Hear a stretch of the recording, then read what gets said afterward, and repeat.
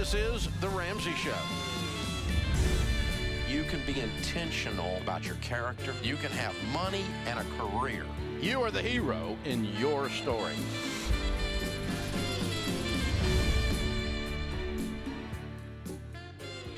Live from the headquarters of Ramsey Solutions, broadcasting from the Dollar Car Rental Studio. This is The Ramsey Show. It's where America hangs out to have a conversation about your life. And I'm Ken Coleman, host of The Ken Coleman Show on the Ramsey Network, joined by my colleague, Dr. John Deloney, host of the Dr. John Deloney Show on the Ramsey Network. You see a theme? Yes, we are a part of Ramsey Solutions, and that means we engage with you to help you get practical solutions to get ahead in the most important areas of your life. If it's about your life, we're here for you. If it's about your money, we're here for you. If it's about your relationships, if it's about your work, we are here for you. You're not where you want to be in your work. You're not where you want to be in your relationships. You're not where you want to be in your money. Well, that will be our focus. Dr. John Deloney, always good for the opportunity to hang out together. We have a lot of collaboration, turns out, on our show. A lot of people calling about similar things. And when it comes to toxicity and not being happy in their work, turns out there's some connections between that and your relationships. And not being happy with you. Yes. Right? With that person you see in the mirror every Yeah, day, it's right? true. It's uncomfortable. Yeah. And then you take it to work with you, and you take it to your marriages, and you take it to your parents. You take it everywhere. All kinds of data out there on that. So John and I we're gonna talk about that. One of the things that might be fun, let's throw out some scenarios for people, because we on our shows we know where people are hurting. Right. Give me 2 or 3 scenarios. People right now, they're hearing us and they go, I need some help with that. Man, I'm getting flooded with calls from moms and dads whose kids can't stay at home anymore. Yeah. They've been staring at a screen for a calendar year. Yes. And now you're watching bipartisan medical experts from across the country at a university hospital saying enough is enough is enough, the downstream effects of these kids. And so how do you continue to parent your kid when they're breaking down? How do you continue to be married? How do you continue to love somebody who has different opinions and thoughts about the stuff going on in the world today? So relational issues. And, man, our lives were crazy and a mess before 2020 hit. They were already a mess. And so this is just exposing some cracks in our relationships and our mental health and our physical health, all that stuff all together, right? Yeah. What about you, man? Well, I'll tell you what. How about some people who want to get a bigger shovel, as Dave Ramsey has said for years? How about you're in the baby steps, you're working, you're going, Ken, I've always wanted to do this type of work. Can I be in the baby steps, paying off debt specifically, and change careers in order to make more money? The answer is yes. So we'll take on some of those strategic moves. How about that? Love it. How about some people who are they're just stuck? Yeah. They're just like, man, I've got a job. I'm grateful for it. Yep. But I want more. Yeah. I want to see meaning in my work. We'll take on some of the things. How about some toxicity? How about we got a toxic boss, toxic work culture? I was just thinking How about that, we man. take that on together? That's right. Because you'll talk about how to handle that emotionally and mentally, and I'll talk about, hey, what do we do? What are the moves to make? So we always have a lot of fun on this I love issue. it, man. I love it. So let's open up the phones. Here we go. It's a free call, as you know, 888-825-5225, 888-825-5225. Let's go. Kirk is going to start us off in Denver, Colorado. Kirk, how can we help? Hey, Dr. John, Ken, thanks for taking my call. You bet. So I have a question, Dr. John, about dealing with feelings of resentment. And basically, I've been married for 10 years. We have 2 kids, and we have a wonderful marriage and relationship. And 5 years ago, the business that I started moved from where we live about an hour, 45 minutes, 2 hours away. And so I've been commuting for those 5 years, about 800,000 miles a week and 20 hours a week. And initially, it was a gradual thing. We're going to, move the business up there. And then we're going to, grow it. And if it grows and if it happens, everything went according to plan. And so now I'm in a position where I've asked her, can we think about moving? The last couple of years, putting her head, and the answer is a resounding no. And so as I drive every day, I'm building resentment. And so I telling her, that's the death of our relationship. Yep. And, it's a comparison thing where every time she adds something to her plate, whether that's coaching or something extracurricular, it asks me to come home earlier, or it asks me to do something on the weekends that I don't necessarily want to do because of the commute, because of the issues. So you said two things that contradict each other. One is we've got this beautiful relationship, and two, I've got this resentment that is building every mile down the road I get from my house. Every time she says, I need you to come home early, which is a 2-hour commute for you. There's something bigger going on here than just this commute. What is it? Well, I think it's that I feel like she values other things, the reasons for her staying, which is her job, the kids, where we want them to grow up, her family's here, over me and over my success and my grind that I'm doing. And that's so what here's the thing. I don't think that's necessarily that binary, but you are exactly right. And what I'm going to tell you is your marriage is on red alert right now. Okay. Yeah. You have made this into an either or. She's forced you into an either or. It's not that. But in the nerd world, we call it fundamental attribution error. When you get in somebody else's head and decide why they're making the decisions they're making or why they're not making the decisions they're making, and then you go to war with your own explanations of why somebody else is doing whatever it is they're doing. So here's the thing. Your marriage is in trouble. I'm not going to mince words with you. And you can pipe in. You can't work 2 hours from your house and commute every day and be a present father and be a present husband. And at this point, you're a paycheck and a courier. And that has no legs on a long-term relationship. Yeah, here's what I would tell you, Kirk.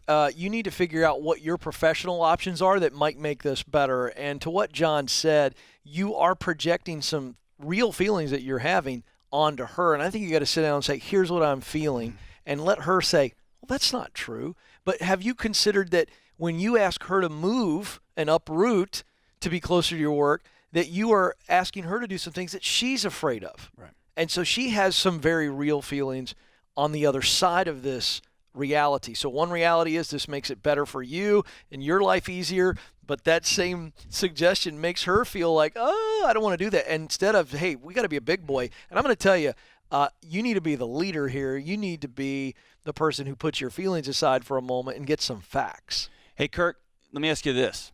What's more important to you at this point? If I told you got to quit your job today and find a job closer to home, or your marriage is going to end? My marriage. Of course. There you go. I knew you were going to say that. So at some point, you guys got to get across the table from one another. At this point, I'm going to tell you, I think you should get a neutral third party. I think you guys need to go see somebody. Yeah. And y'all stop communicating, and then when you stop communicating, it falls into an either or. When it falls into either or, then it's you versus me, and now we've gone to war, and no marriage can survive that. Your kids don't deserve that. She doesn't deserve that. And, man, you don't deserve that. You deserve to be connected and loved. Resentment, I think, is the cancer that will almost kill any relationship if it's not rooted out. So get after this. Do what John said. Be a big man about this. Come up with some other options. All right. Wow, we're just getting started, folks. Don't move. More of your calls about life. This is The Ramsey Show.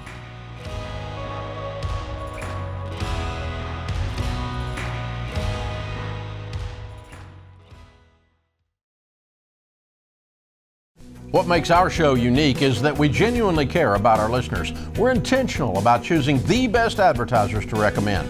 Blinds.com is no exception. They offer high-quality window treatments at unbelievable prices. And they make it simple to shop blinds, shades, and interior shutters with easy online ordering, free shipping, and a guaranteed perfect fit.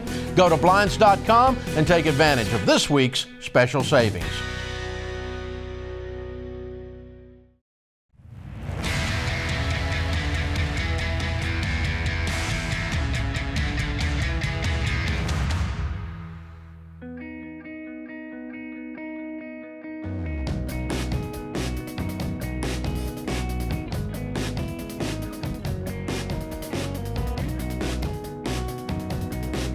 Providing you hope for a better future and practical steps to make that future a reality. This is The Ramsey Show. I'm Ken Coleman. Ramsey personality, host of the Ken Coleman Show on the Ramsey Network, joined by my colleague in studio today. He's Dr. John Deloney, host of the Dr. John Deloney Show, also on the Ramsey Network. It occurs to me that people must hear that and go, wow, you guys spent a lot of time and money on those show names. It a lot takes of creativity. Hours of people in the room. And, man, you're probably like me. I had so many awesome, like the Laser Show. I mean, I had so many cool names. The Laser Show. I would have liked that. The Laser Show with Dr. John Deloney. Would that be? Feels like a Vegas act. See? Yes. Like you would be on a stage with lasers. I just had so many great titles. Glad we didn't go with that. Did not work out. All right, folks. We're here to take your calls. We're going to take your calls on money. We'll take your calls on your relationship, mental health, emotional health. We'll take your calls on your work. Are you doing work you love? Do you want to move up, get that bigger shovel? You dealing with some toxicity at work? John and I can combine on a lot of these, and we will. Speaking of, how many of you out there right now are in a position, maybe because of the pandemic, that you are needing a better job? Or maybe you are listening right now and you're saying, hey, I want to make a transition so that I can move up the ladder, or I want to get that promotion. If that is you, or you know somebody that is in that boat, I'm very excited, John, to announce that Ramsey Solutions and myself are combining again for the second version of Get Hired. We did this event in June last year in the middle of a pandemic, trying to help people who are displaced. Here's where we sit. There are 16 people unemployed for every open job in the United States right now. That's a shift from February of last year, where there were more jobs available than people who were unemployed.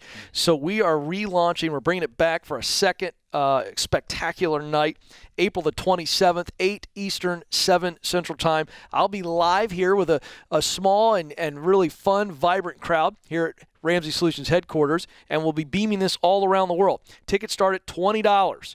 So think of, if you've got 3 or 5 people in your life that need this, that'd be a great gift. $100 in your budget this month will give people the edge, because the economy is warming back up, but it is still very competitive. So we're going to go through the first 3 stages of my 7 stages to meaningful work. Get clear, get qualified, and get connected. All for the purpose of getting hired. It's going to be a great event. Again, get your tickets at daveramsey.com/events. Tickets start at just $20. That's daveramsey.com/events. It's going to be a really, really fun night. So tell everybody you know that wants to move up, move on in their professional work. It's going to be a great night. This may be awkward, but I probably need to get one of those tickets. Oh, really? Yeah. Looking for a new job? I don't think I'm doing very well. I think it'd be great to. I think you're doing fine. You can teach me how to get connected. I think you're doing quite well. Hey, I have a question. Okay. Just a personal question on that last show. You've handled this question way more than I have. Do you have a recommendation for folks, for families, on how far somebody should commute to a job? Yeah, well, there's no set answer. Yeah. But it's a philosophical answer. Right. So I'm not going to say it's 90 minutes or 2 hours, right. Whatever. I think it is when it begins to go from, okay, we can do this, we've adjusted to this this is putting a strain on our family. Gotcha. And that requires intentionality. Intentionality and communication. We got to talk. So it might be okay for 6 months. It might have been okay for the last 6 years. Yeah. Now the kids are older. They're more in sports. So I'm going to leave that open to say, I think as a married couple, if we're in tune and we're paying attention to everybody in the family, and for whoever the spouse is, whichever one of the family unit is doing the long travel, and so they're not there as much. And the other person who's having to do more. Everything. Right? So it's gone more and doing more. Right. Whoever's gone more, okay, how's that affecting everybody? Because they're not there. They're leaving earlier, getting home later, whatever. And then whoever's having to do more as a result of the one who's gone more, if it begins to now, this is a strain, we need to adjust. You got to adjust, yeah. That's my formula. How does that fit with the mental and emotional health? I think most people don't do the hard work of sitting down with somebody that they care about and expressing how they feel about something.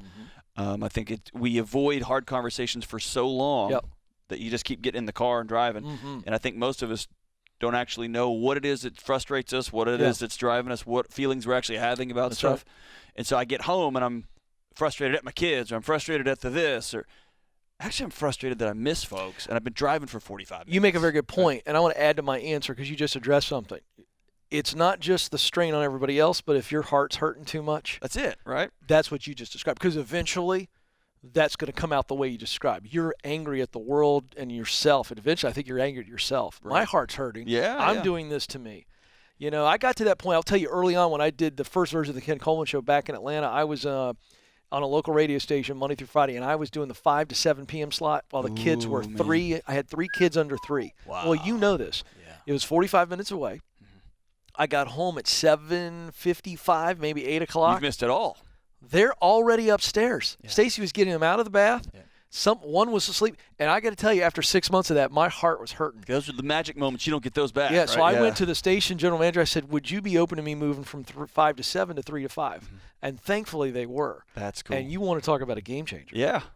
Your marriage works better. Your connection with your kids works better. Yeah. And then you get to settle into that. So that's a real life example. Yeah. Mine, I've always worked very close. That's just always been a thing. I want to be 1 or 2 miles from home. And I agree. And now I've got more of a commute. And do your thing. We're just having to adjust, right? We're having to adjust. And some families are fine. Yeah. We have some good friends that live in our neighborhood here, and he works in Atlanta. Wow. And every Sunday night, he drives to Atlanta. He comes back on Thursday, gets home before the kids are home.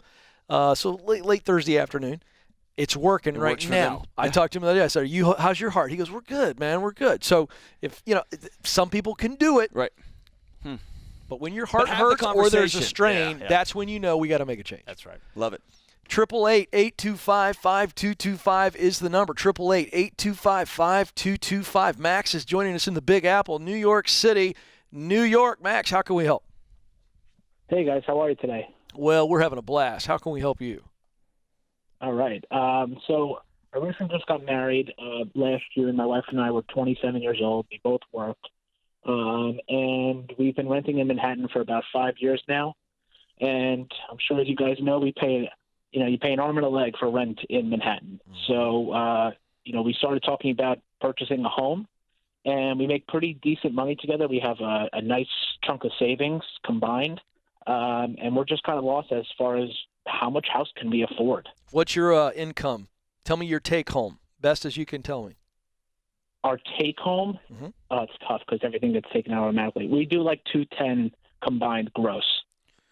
Okay, $210 gross. All right. And how much do you have in savings? Between the both of us, it's about $830,000. Whoa! Now, when you say between the both of us, do we have separate accounts here? She holds the bulk of that. Well, you guys got a pronoun problem here. Y'all are married, so that's y'all's savings. Yeah. You can't separate that, brother. Yeah. It needs to be joint accounts. You said how much? $830?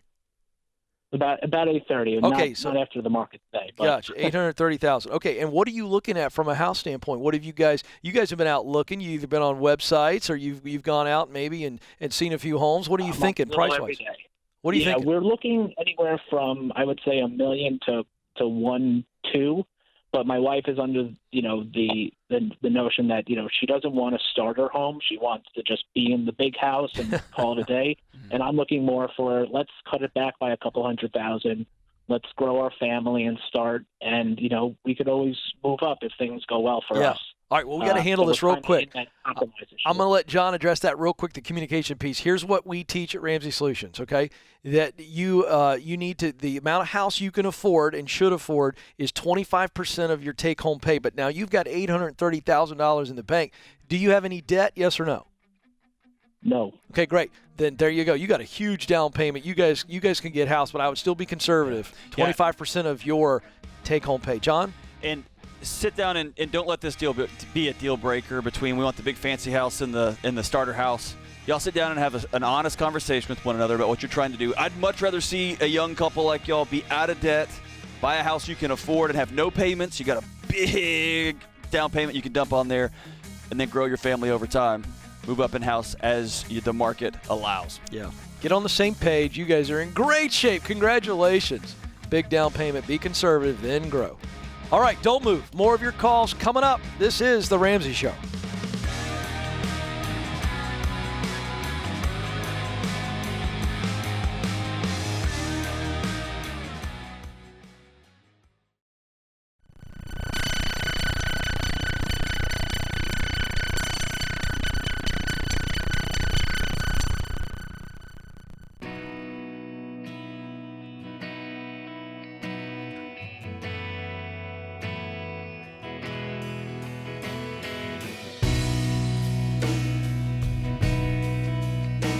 Welcome back. This is the Ramsey Show, coming to you from Ramsey Solutions Worldwide Headquarters in Nashville. Thrilled to have you with us. Dr. John Deloney, my colleague, joins me, Ken Coleman. We are Ramsey personalities. We host shows entitled the same as their name. What is the word? Eponymous? What's the word? It means the same as the name, the same. You know what I'm talking about? It's a very fancy word. I'll look it up later. It's the word you just said, but I can't pronounce it. I'm not sure I said it myself. Right. Yes. Yeah, Kelly's a word nerd. What is that word? Can you look that up? Do you know what I'm talking about? It's eponymous. Eponymous. Hippopotamus. It's hippopotamus. Hey, folks, we're doing it live here. Every once in a while, you throw a word out and you're like, I think I said that right, but I'm not sure, and I care enough to address it. But nonetheless, what I was meant to say is he's the host of the Dr. John Deloney Show. That would have been easier. It would have been easier. And I'm the host of the Ken Coleman Show on the Ramsey Network. And so John talks about your mental and emotional health as well as relationships. I talk about doing work that matters deeply to you, working on purpose, which, by the way, coincides with living on purpose. So we also talk money as well, because this is Ramsey Solutions and the Ramsey Show. So we're going to talk about your life. How can we help you? 888-825-5225. 888-825-5225. Let's go to San Diego, California next, where Jacinta joins us. How can we help? Hey, Dr. John and Ken. Thank you for taking my call. You bet. Me and my husband, we are on baby step 2. We are $69K in debt. We have 4 kids under 8. We are a Navy family. My husband's a sailor, and I myself am looking to just make my shovel bigger. Mm-hmm. I have my bachelor's degree. I did that while we were stationed in Virginia for a while and raised the babies, got my bachelor's, but now I'm looking to just kind of advance a little bit and apply it to the accelerated nursing program. It should take me about 3 years. I have some core nursing courses to take, and then the 24 months of the nursing program to do. Okay. So what's your question? My question is if I should even do it. We have 4 kids. My husband's in the Navy. He deploys next year, most likely. And nursing school is just a ton of work. I know what it takes. My friends went through it, and I'm nervous about it, but I know I could do it. We do have help of the family back home here in California. Mm-hmm. And I'm wanting to use a GI Bill. Like I said, we're $69K in debt. And part of that debt is a student loan, which I will never, ever do again. Mm-hmm.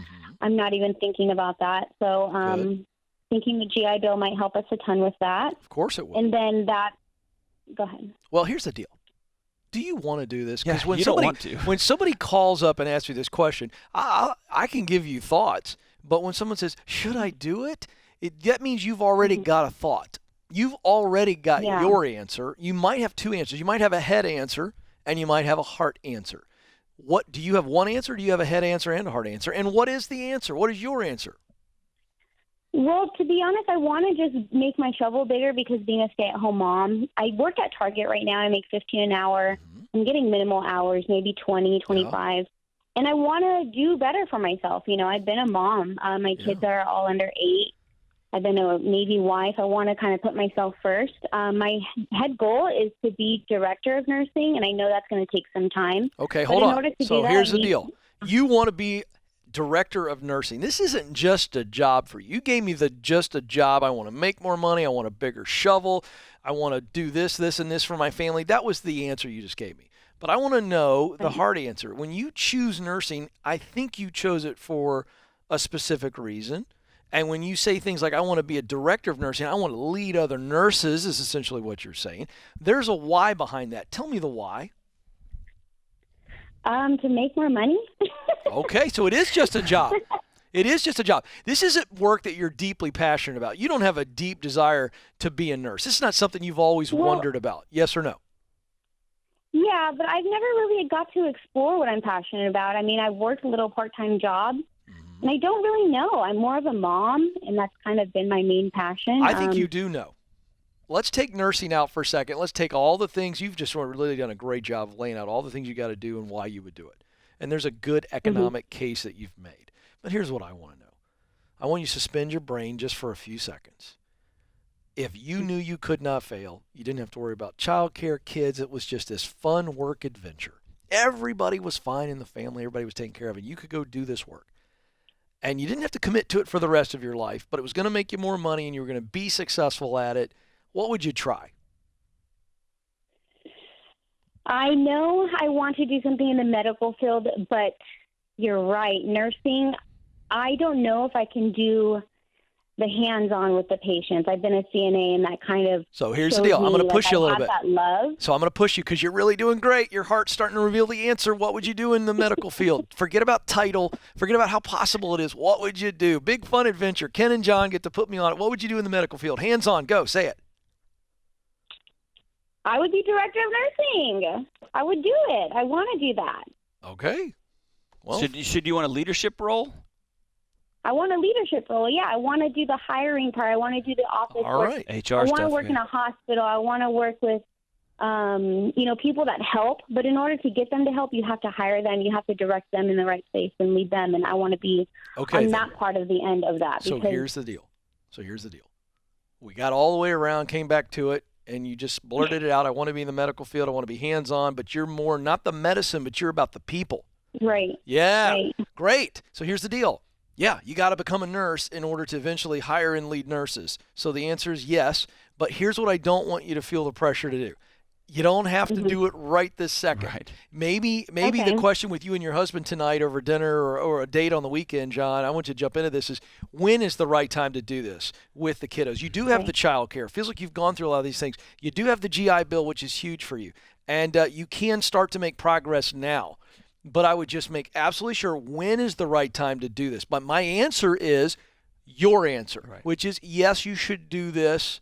Don't doubt it. Mm-hmm. The question is when and how. Jacinta, as your husband is getting deployment orders and he's going to be going overseas next year, how much are you feeling in your heart that he's doing this big, huge thing, and you feel like I'm just a mom, and there's $69,000 that I could be helping on. He's going to do this stuff. You're good, Dr. John. You're good. That's exactly how I've been feeling. So listen, your husband's a stud. You know this, right? Yeah. He's listening right now on his way home. He's a stud on behalf of your family, on behalf of his fellow soldiers, and behalf of my kids who he's never met, and Ken's kids who he will never meet. And you're a stud. Yes. You are taking care of 4 humans under the age of 8. I would call you a superhero. That's a weather event, right? Every day. Yeah. And so do you guys have $69,000 between the two of you? Yep. Do you have it? Yeah, you do. Do you have to solve all that like Ken said right now? No. There's an industry that exists to make moms of all types feel less than. Yeah. Oh, you want to be a full-time mom? You should be working. Oh, you're working? You should be at home more. Oh, you only have 2 kids? You should have 11. You had 11 kids? What kind of selfish person are you? You can't win, so get out of that game. One other thing, get rid of the guilt. There's some guilt you're holding. I'll let John take care of this, but she's got guilt on her like a giant blanket for her debt. Is this debt yours? Did you bring the student loan debt into your marriage?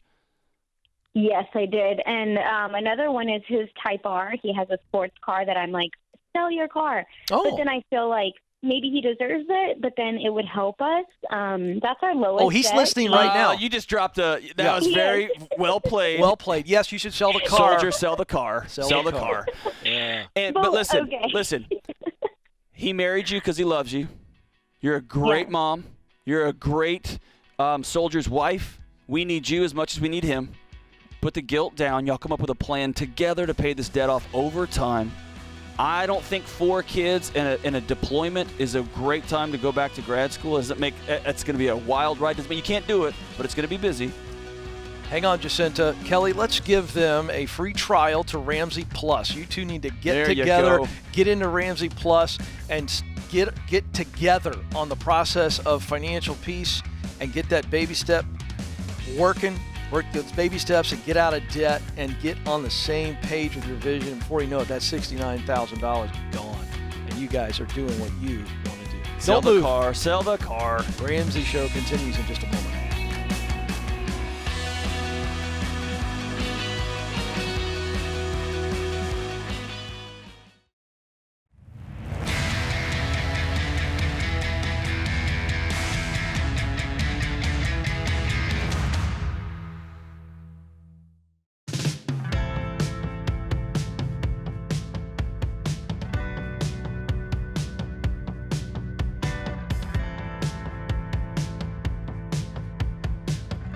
Welcome back to the Ramsey Show. I'm Ken Coleman, joined by my colleague, Dr. John Deloney, as we take you through this hour. 888-825-5225. 888-825-5225. What do you need some help with? You need to get something off your chest. Come on. The doctor is in, and then I've got an opinion or two as well. So it's a nice combo. We'll talk about money. We'll talk about emotions. We'll talk about work. How about all three of those? Money, work, mental, emotional health. Parenting, schooling. Parenting. Listen, boy. The advice is worth exactly what you pay for it, which is awesome. How about this one? I get this one a lot. John, I've had, in the last week on the Ken Coleman Show, I've had two couples call in together because I've been telling them, hey, because I get a lot of spouses will call in and say, hey, my spouse is not happy. Yeah. They're miserable at their work. They don't like it. They feel down. They've been out of the workforce for a certain amount of time. They're depressed, blah, blah, blah, blah. You know, and they're trying to help. So we'll get them on. Yeah. Because on the YouTube, I'll go, I tell you what, play this back. I'm going to talk to them. What's their name? I'll look at the camera. All right, Larry, listen to me. Yeah. You know what I mean? I love it. And so we'll do that today. You know, if you need help connecting with a spouse, I love it. How do you encourage the spouse to give them that nudge of confidence? How do you help them but not push them? That's right. That's a tricky thing too. So we'll take it all. Well, and if you've got someone who loves and cares about you and you've given them permission to speak into your life, Ken, this happened to me this week. I was walking through our bedroom and my wife stopped me and she said, you will stop talking to my husband like you've been talking to him the last 2 weeks. I'd slipped into just some negative self-talk, running my mouth about myself, and she said, stop. I love that guy, and you're going to quit talking to him like that. Yeah, boy. And it was just a good call. Yeah. Man, I've been, right, and I wouldn't have heard it. I would have just thought my thoughts were right because we always think our thoughts and our own emotions and feelings are right, and I got to snap out of it a little bit. And so, yeah, I love it when somebody calls and says, I love somebody who I'm sharing a house with and they're not good and I don't know what to say. How do I help them? Right. It's a tricky situation. That's right. I love it. Yeah, so we'll take those calls as well. All right, Caroline joins us in Greenville, North Carolina. Caroline, how can we help? Hi, Dr. John and Ken. Really appreciate you taking my call. Sure. So I'm calling because I'm feeling a little bit burned out and I need some advice. Basically, in a nutshell, I'm 52. My husband's 55. We have two girls. One is about to finish college, and the other one is going to college in about a year. We have, during the pandemic, we've managed to pay off our house. Wow! I know. And I'm a respiratory therapist, so I travel. So that's part of my thing that I want to talk to you about. I try to stay close to home. I go to South Carolina. I go to middle part of the state and work in the hospitals there. I also last year worked up in D.C. for about 3 months. And in between, I would come home for a few days and then get right back out to it. We were so focused for 2 years trying to pay down our home and then the rental property, and the goal was maybe to pay off the other rental property, and then we looked at everything, and I just said, why don't we just sell these two properties, and then our house is paid for, and then we can just breathe. Yes. And we were very fortunate. We used one of your ELPs, and within 2 weeks, both of our properties were sold. Wow. Within about 2 months, everything was completely paid off. Wow. You are debt-free. I mean, zilch. 100%. Oh, and my it goodness. just felt so I can feel you good. smiling through the phone. It's so good. Yes.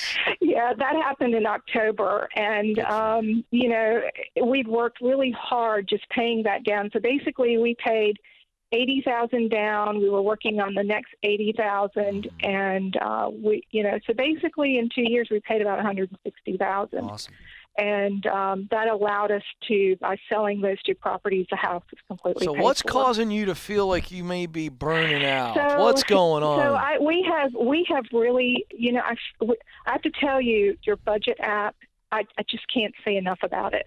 I was pretty organized with everything, and we had everything down on paper, but it was the day-to-day stuff, like the food, the groceries, Good for you. Miscellaneous stuff, and that has really helped us.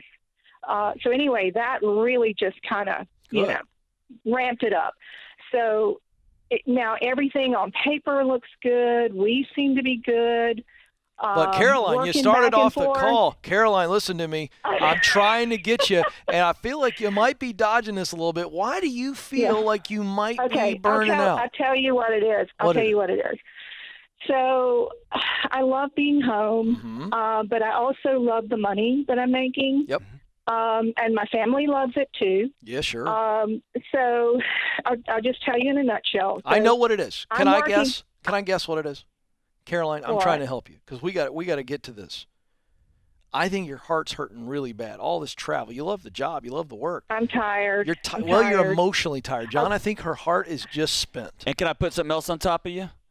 You What's that? are about to lose your last kid. You're about to be an empty nester. Yep. Yeah.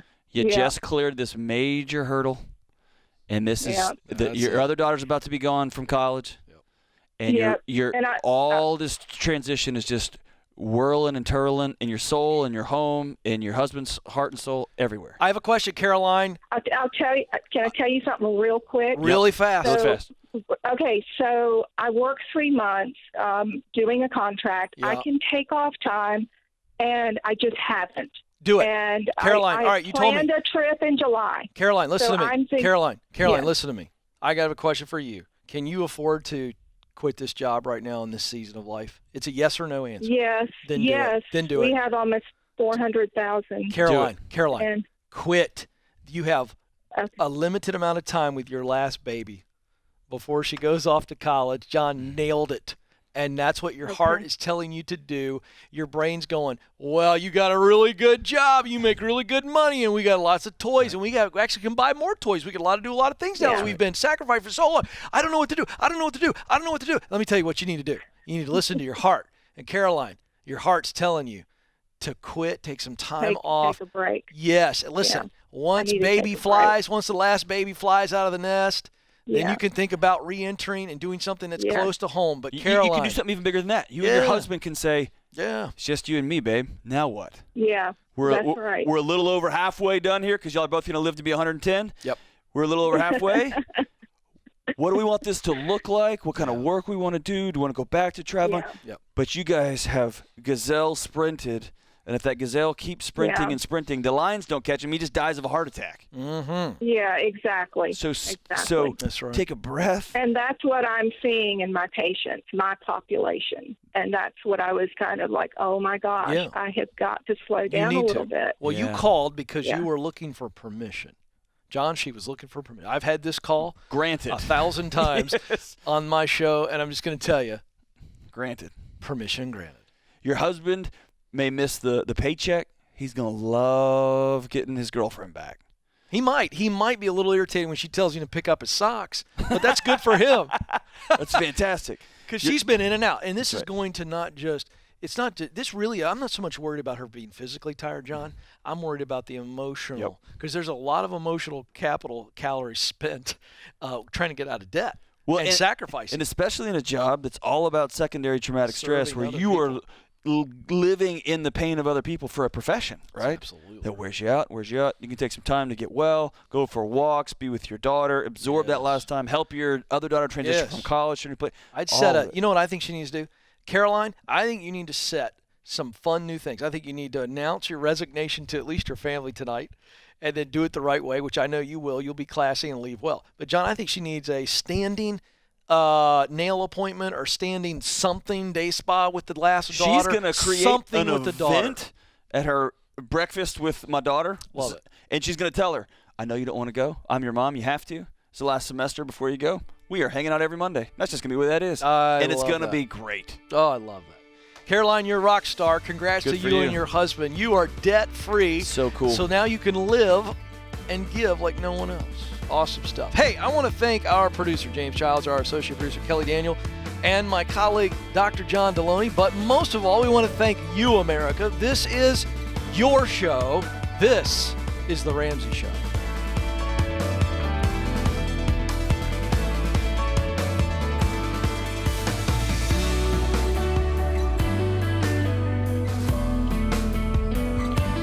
Have a friend or family member that needs a daily dose of Ramsey advice in their life? Let them know about the Ramsey Call of the Day podcast. It's a quick hit of advice about life and money in under 10 minutes. Check out the Ramsey Call of the Day podcast wherever you listen to podcasts.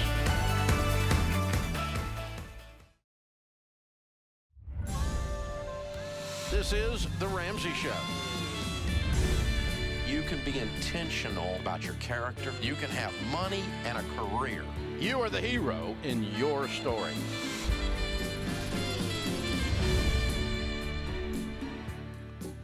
Coming to you live from the headquarters of Ramsey Solutions and broadcasting from the Dollar Car Rental Studio. This is The Ramsey Show. It's where America hangs out to have a conversation about life. I'm Ken Coleman, joined by my colleague, Dr. John Deloney.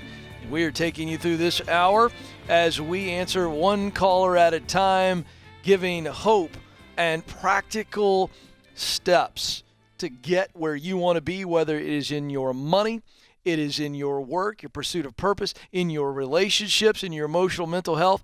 We are here for you, and we have a blast doing it. 888-825-5225 is the phone number. It's toll-free.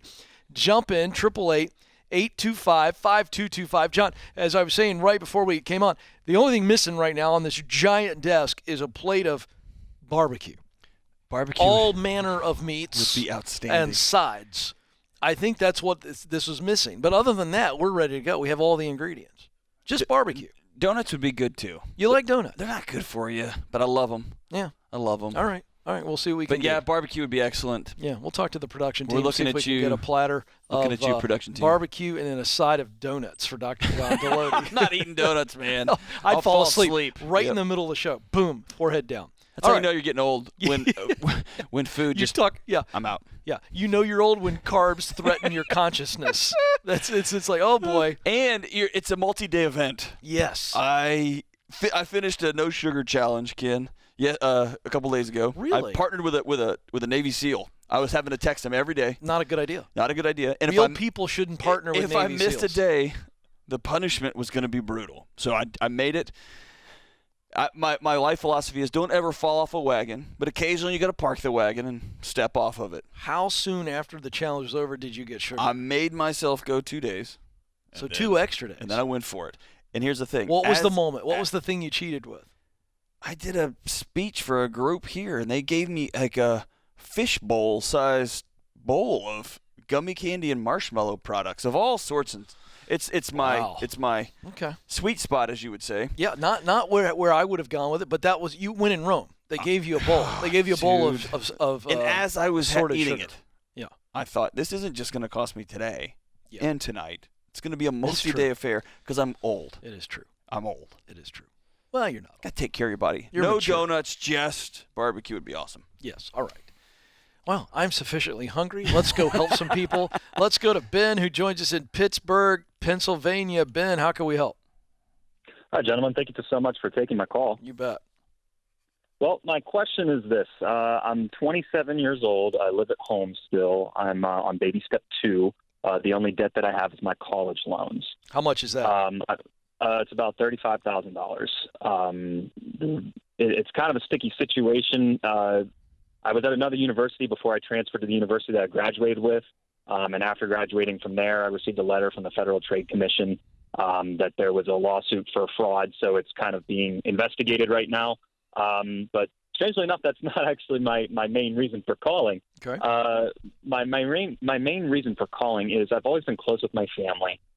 I have 6 siblings, and my parents are very much about helping their kids and getting them started on their feet, right? And I thank them so much for that.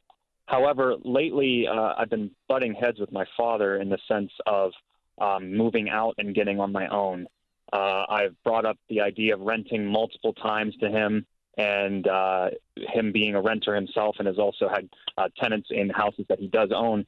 He strongly persists that I don't do that and insists that I stay home and save for a house. I'm kind of looking on some guidance to see if that's good advice because I'm not getting any younger. You know, my sister's getting married. She's moving out this year. My other brother just bought a house. He's going to be moving out within the end of the year. And I'm kind of stuck if I should move out and rent and start my life, or if I should.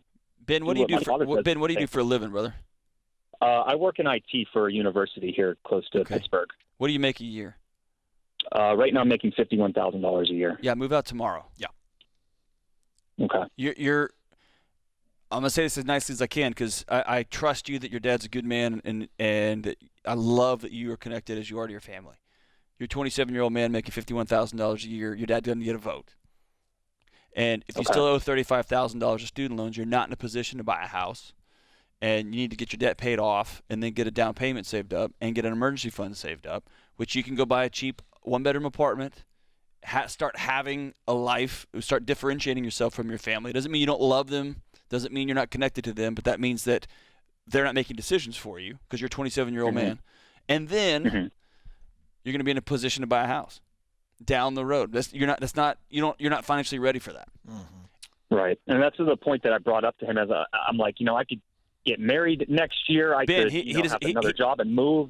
That's not an easy thing to do when you have a house. Let me ask Ben a question. Ben, I'm going to ask you a question so that you can answer and my colleague can actually dive into this. Okay. I love this. He's teeing us both up, Ben. Teeing you both up. What's your stomach for telling Dad what John already told you? You already started coming up with more things. Feels like you're just keeping this thing alive. And I want to know stomach. Meaning you got the guts to look at Dad and say it exactly the way that John said it. Is it a 1? Is it a 5? Is it a 10? Where is it on a scale of 1 to 10? 1 being I'm terrified to do it. It makes me sick to think about it. 10, I'm ready to go. I just needed permission. I would probably say it's about a 5 or 6. Yep. I could tell him, but we've been so close as a family, so you look for that approval. Wait a second. Wait. I got one more question, John. Yeah, Then it's all you. Do you really think that he's going to disown you? No, of course not. He's not, but you're acting like it. I acknowledge, John, he might be a little upset and think his son is not being wise. Are you the oldest, Ben? I'm the oldest boy, yes. I was his first son. So it is always a shock to the system the first time a grown child tells their parents, I'm grateful for your advice, I'm going east. Yeah. Or I'm going west. And that always sends a shockwave through the family system. It will take some getting used to because they're not used to this. They've got 6 kids, the oldest of which is almost 30, and you're still living at home as though you were 16. Here's the thing. Asking your dad the same advice over and over, you know what he's going to say. So going back to that and going back to that is great. There needs to be a transition from where your parents give you their thoughts on things, but not the answers on things. And this is your moment. Let me tell you something. Let me say this. Hey, Ben, I'm going to give enough time for my colleague to clean this up if I mess this up, but I'm going to tell you what I think. You're going to be right. Listen, Ben, the very man that you are so worried about his approval, if you don't do this, your desire for approval and love and connection is going to turn into deep resentment. I'm telling you, am I right, John? And resentment is it's a killer. It's the death of any relationship. That's right. So if you don't do what John said, you're going to end up resenting your dad. Because here's the deal. Your head and heart are clear on what you need to do. You're just worried that Dad's going to be upset with me. So take him out to a big boy lunch. You pay. Oh, yeah, I like that. Let him know, hey, Dad, I'm really grateful, but I've decided to move out. I'm going to start my adventure on my own. I'm almost 30, and it's time.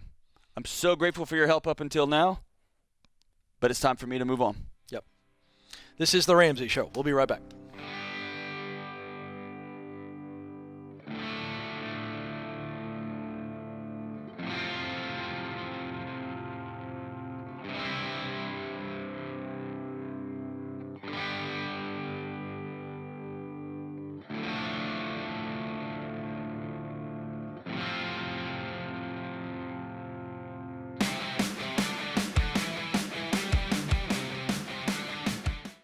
Folks, it's an honor to tell you about the Army National Guard. Not only are they big supporters of our high school curriculum, but they also give you the opportunity to impact your local communities. Whether your goals are to get an education, serve your country, or have a better life, the Army National Guard can help get you there. Plus, they offer unbelievable financial benefits. Secure your future today. Visit nationalguard.com to find out more.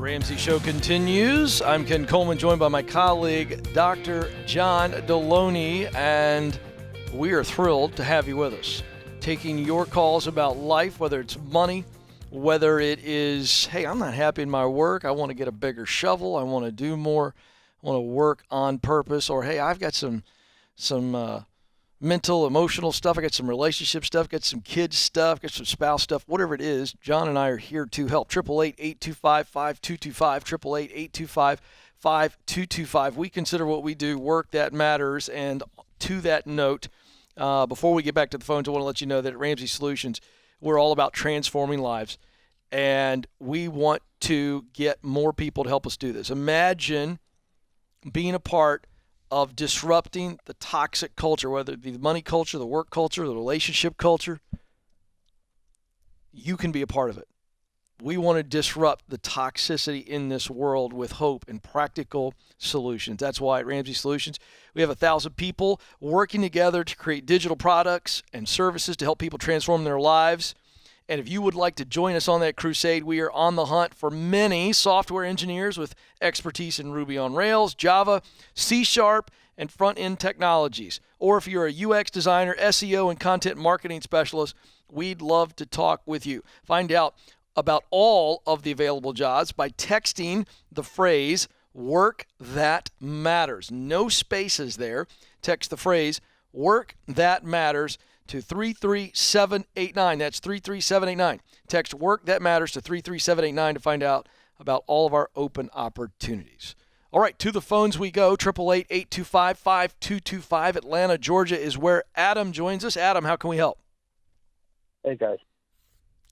What's going on?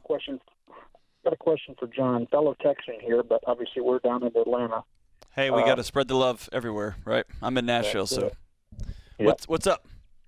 Hey, man. So second marriage, been married 10 years. Got 2 kids with my first wife, 16 and 14. And 16-year-old has been living with us for 2 years now. My wife and I are expecting any day now.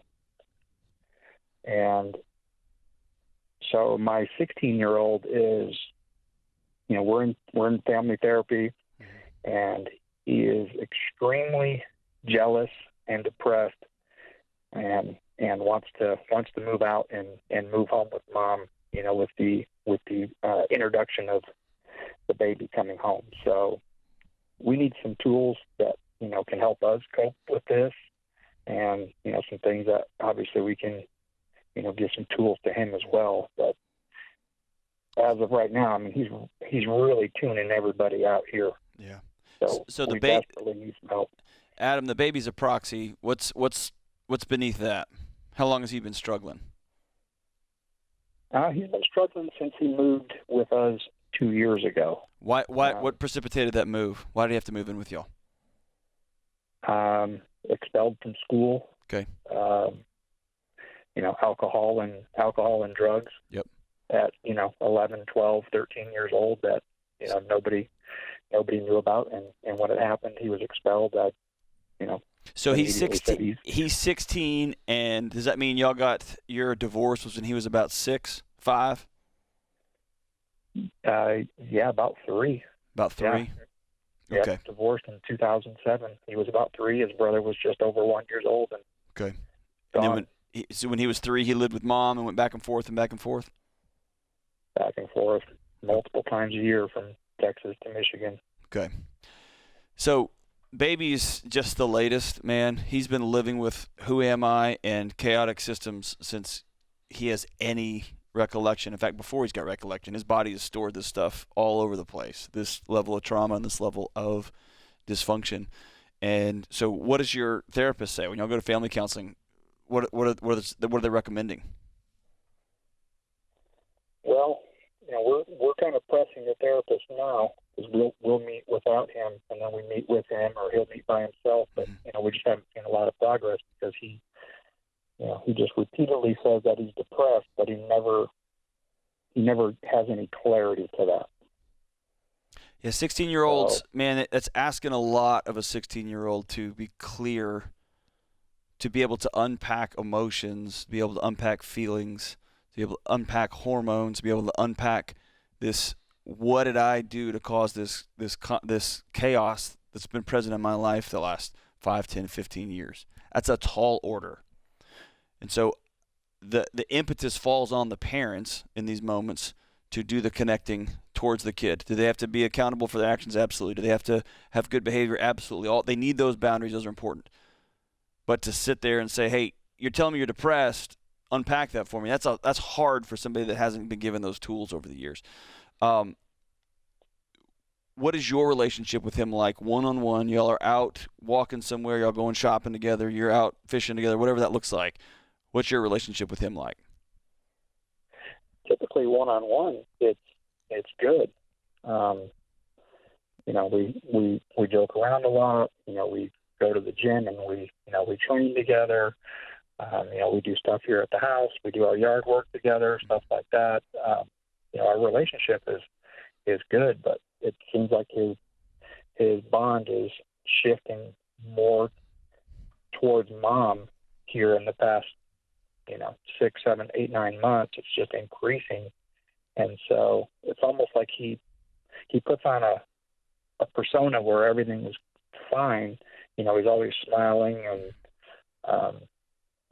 like in good spirits and excited when he gets home from school. But, when he talks to anybody else, I'm depressed and, things of that nature. But and sometimes every teenager is different. So I'm not going to be able to give you, hey, you need to go do this, this, and this. But I will tell you that there are some situations where teenagers are looking for ways to connect.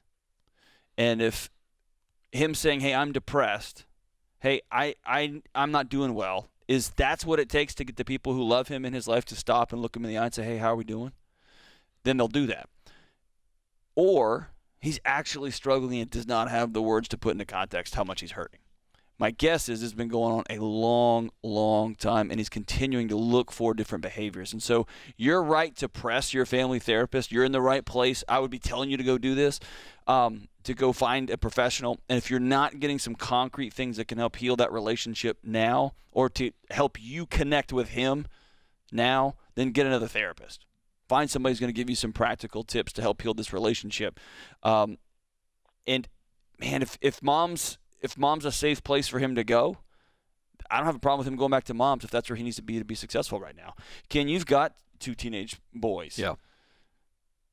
What's it like trying to get them to connect their words with what's going on in their heart and heads? It would be like trying to sandpaper a bobcat's butt in a telephone booth. I don't even know exactly, right? That's it's hard. Tough. It's tough. It's to the point where they're only going to tell you what they want to tell you. And you know more about this. We're learning too that, at that age, they can't even articulate.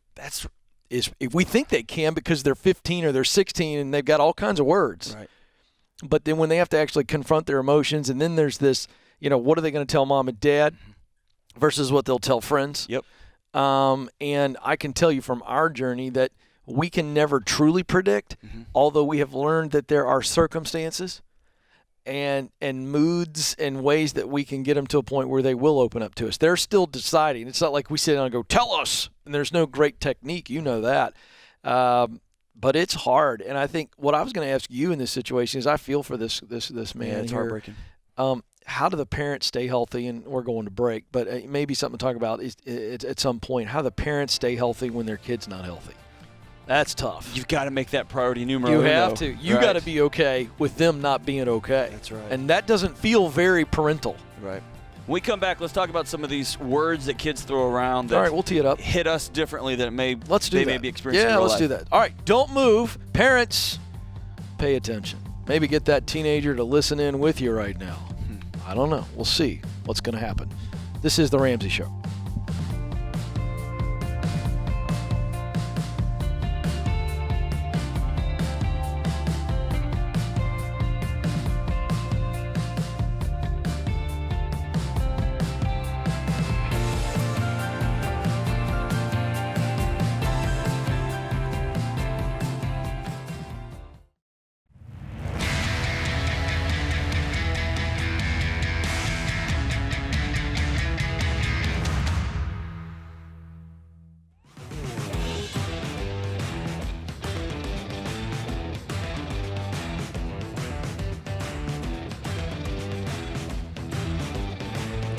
Welcome back to the Ramsey Show. I'm Ken Coleman, joined this hour by my colleague, Dr. John Deloney. And as we went into our last break, we were talking to a dad, mixed family situation going on, different biological parents and divorce, second marriage, all this kind of stuff. And he's just really hurting for his 16-year-old, and who's telling others that he's got some depression going on. But seems like their relationship, as he recounted to you, pretty good. Mm-hmm. He feels like things are good, but he's hearing this over here. It's confusing. And then I can just tell you, as a non-clinical guy here, as a dad of 3 teens, boy, I tell you what, you just hurt when you feel like your kids are hurting. And so as we went to break, John, I said to you, I think it's so hard for parents to learn how to be healthy when their kids aren't healthy. Or another way of saying it is, how does a parent be okay when your kids aren't okay? And I'm not saying you're okay that things are rough in their life. Of course you're not. But it's like, how do you keep things in perspective? And John, I'm asking that. Yeah. I'm asking that too, because, it just happens. Being a teenager in 2021 has got to be brutal. I got to believe it's way worse than what we had. Yeah. So one of the things that I would tell all parents is what you just said. Your kids can't be okay if your marriage isn't okay, right?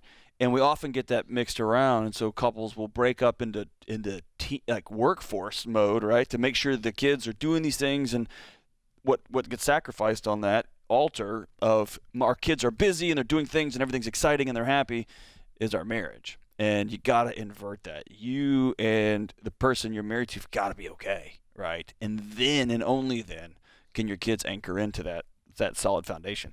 But I think as the last caller was speaking, I was thinking, man, we've got this passing in the night of, we're all using the word depression. It means something different to a clinical person. It means something different to a dad who's got some guilt about a divorce, who's got some guilt about a frustrated kid, 14 and 16-year-old, and now we got a newborn baby from a new marriage is coming. All this stuff is happening at the same time. And then you got a kid that, man, it seems like things are great when we're around each other. But then you go tell other people I'm depressed, right? So the most important thing that family's doing that is right is they're sitting with a family counselor. How can we work through this with a professional? Now we're gonna have a blended family, and one of the things I remember, one of my counseling professors, Dr. Retha Marbley, one of the most brilliant women I've ever had the opportunity to know, said when you have a new kid coming into a situation, always rally the older kids with the words, your brother, your kid, right? Give them some ownership and some participation in this. Not so much that there's jealousy, not so much that there's a burden here. What that last dad was immediately saying, hey, my kid's frustrated because he's jealous. Man, it's so much deeper than that, right?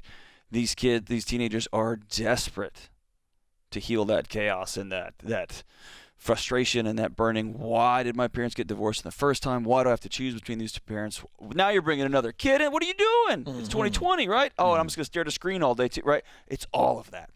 So parents, you got to stop asking your kids to speak like adults sometimes. They don't have the language to articulate their emotions and all of their feelings and all of the thises and that's. They can communicate with connection. They can communicate with, can we just go play ball? Can we just throw? Yeah. I'm not going to ask you more questions. I'm not going to give you more advice. Can we just go? Can we have breakfast together? I'm going to make you have breakfast with me. You can sit in silence, Good Will Hunting style. We can ride this out in silence, but we're going to do this, and I'm just going to tell you I love you, right? If your kid is experiencing hopelessness, if your kid is experiencing helplessness, if they used to be really good and find things really exciting and suddenly they just fall off the map, that's when you know, hey, we're struggling here. Yeah. Dig into those relationships with those kids, right? And if you do all of a sudden, if you have a 16 or 14-year-old and all of a sudden you find out, hey, we're having another one. Yeah. Man, get way ahead of that, right? Get way ahead of that. If your kid tells you, I want to go live with mom and mom's safe, sit down with mom and a therapist. Yeah, it's not your battle to lose, man. You want your kid to be safe and be okay. Yeah. So there's a lot of mess there, man. But at the end of the day, make sure your marriage is whole. Make sure you're good. Don't give up on these kids. Yeah, good stuff there. All right, let's go to New York City, New York, where Alexandra joins us. Alexandra, how can we help? Hi, I wanted to first thank you both for taking my call and speaking to me today. Really love the show and love all you guys. Thank you. And Dr. John, congrats on your recent show. I've been enjoying that as well. Thank you so much. I only got about 3 listeners, and so you're one of them, so I appreciate you. Sure. You have way more than that. He does. But anyway. So what's up? My question for you both is, how can I feel more secure about money? I'm 32 years old. I was always a spender.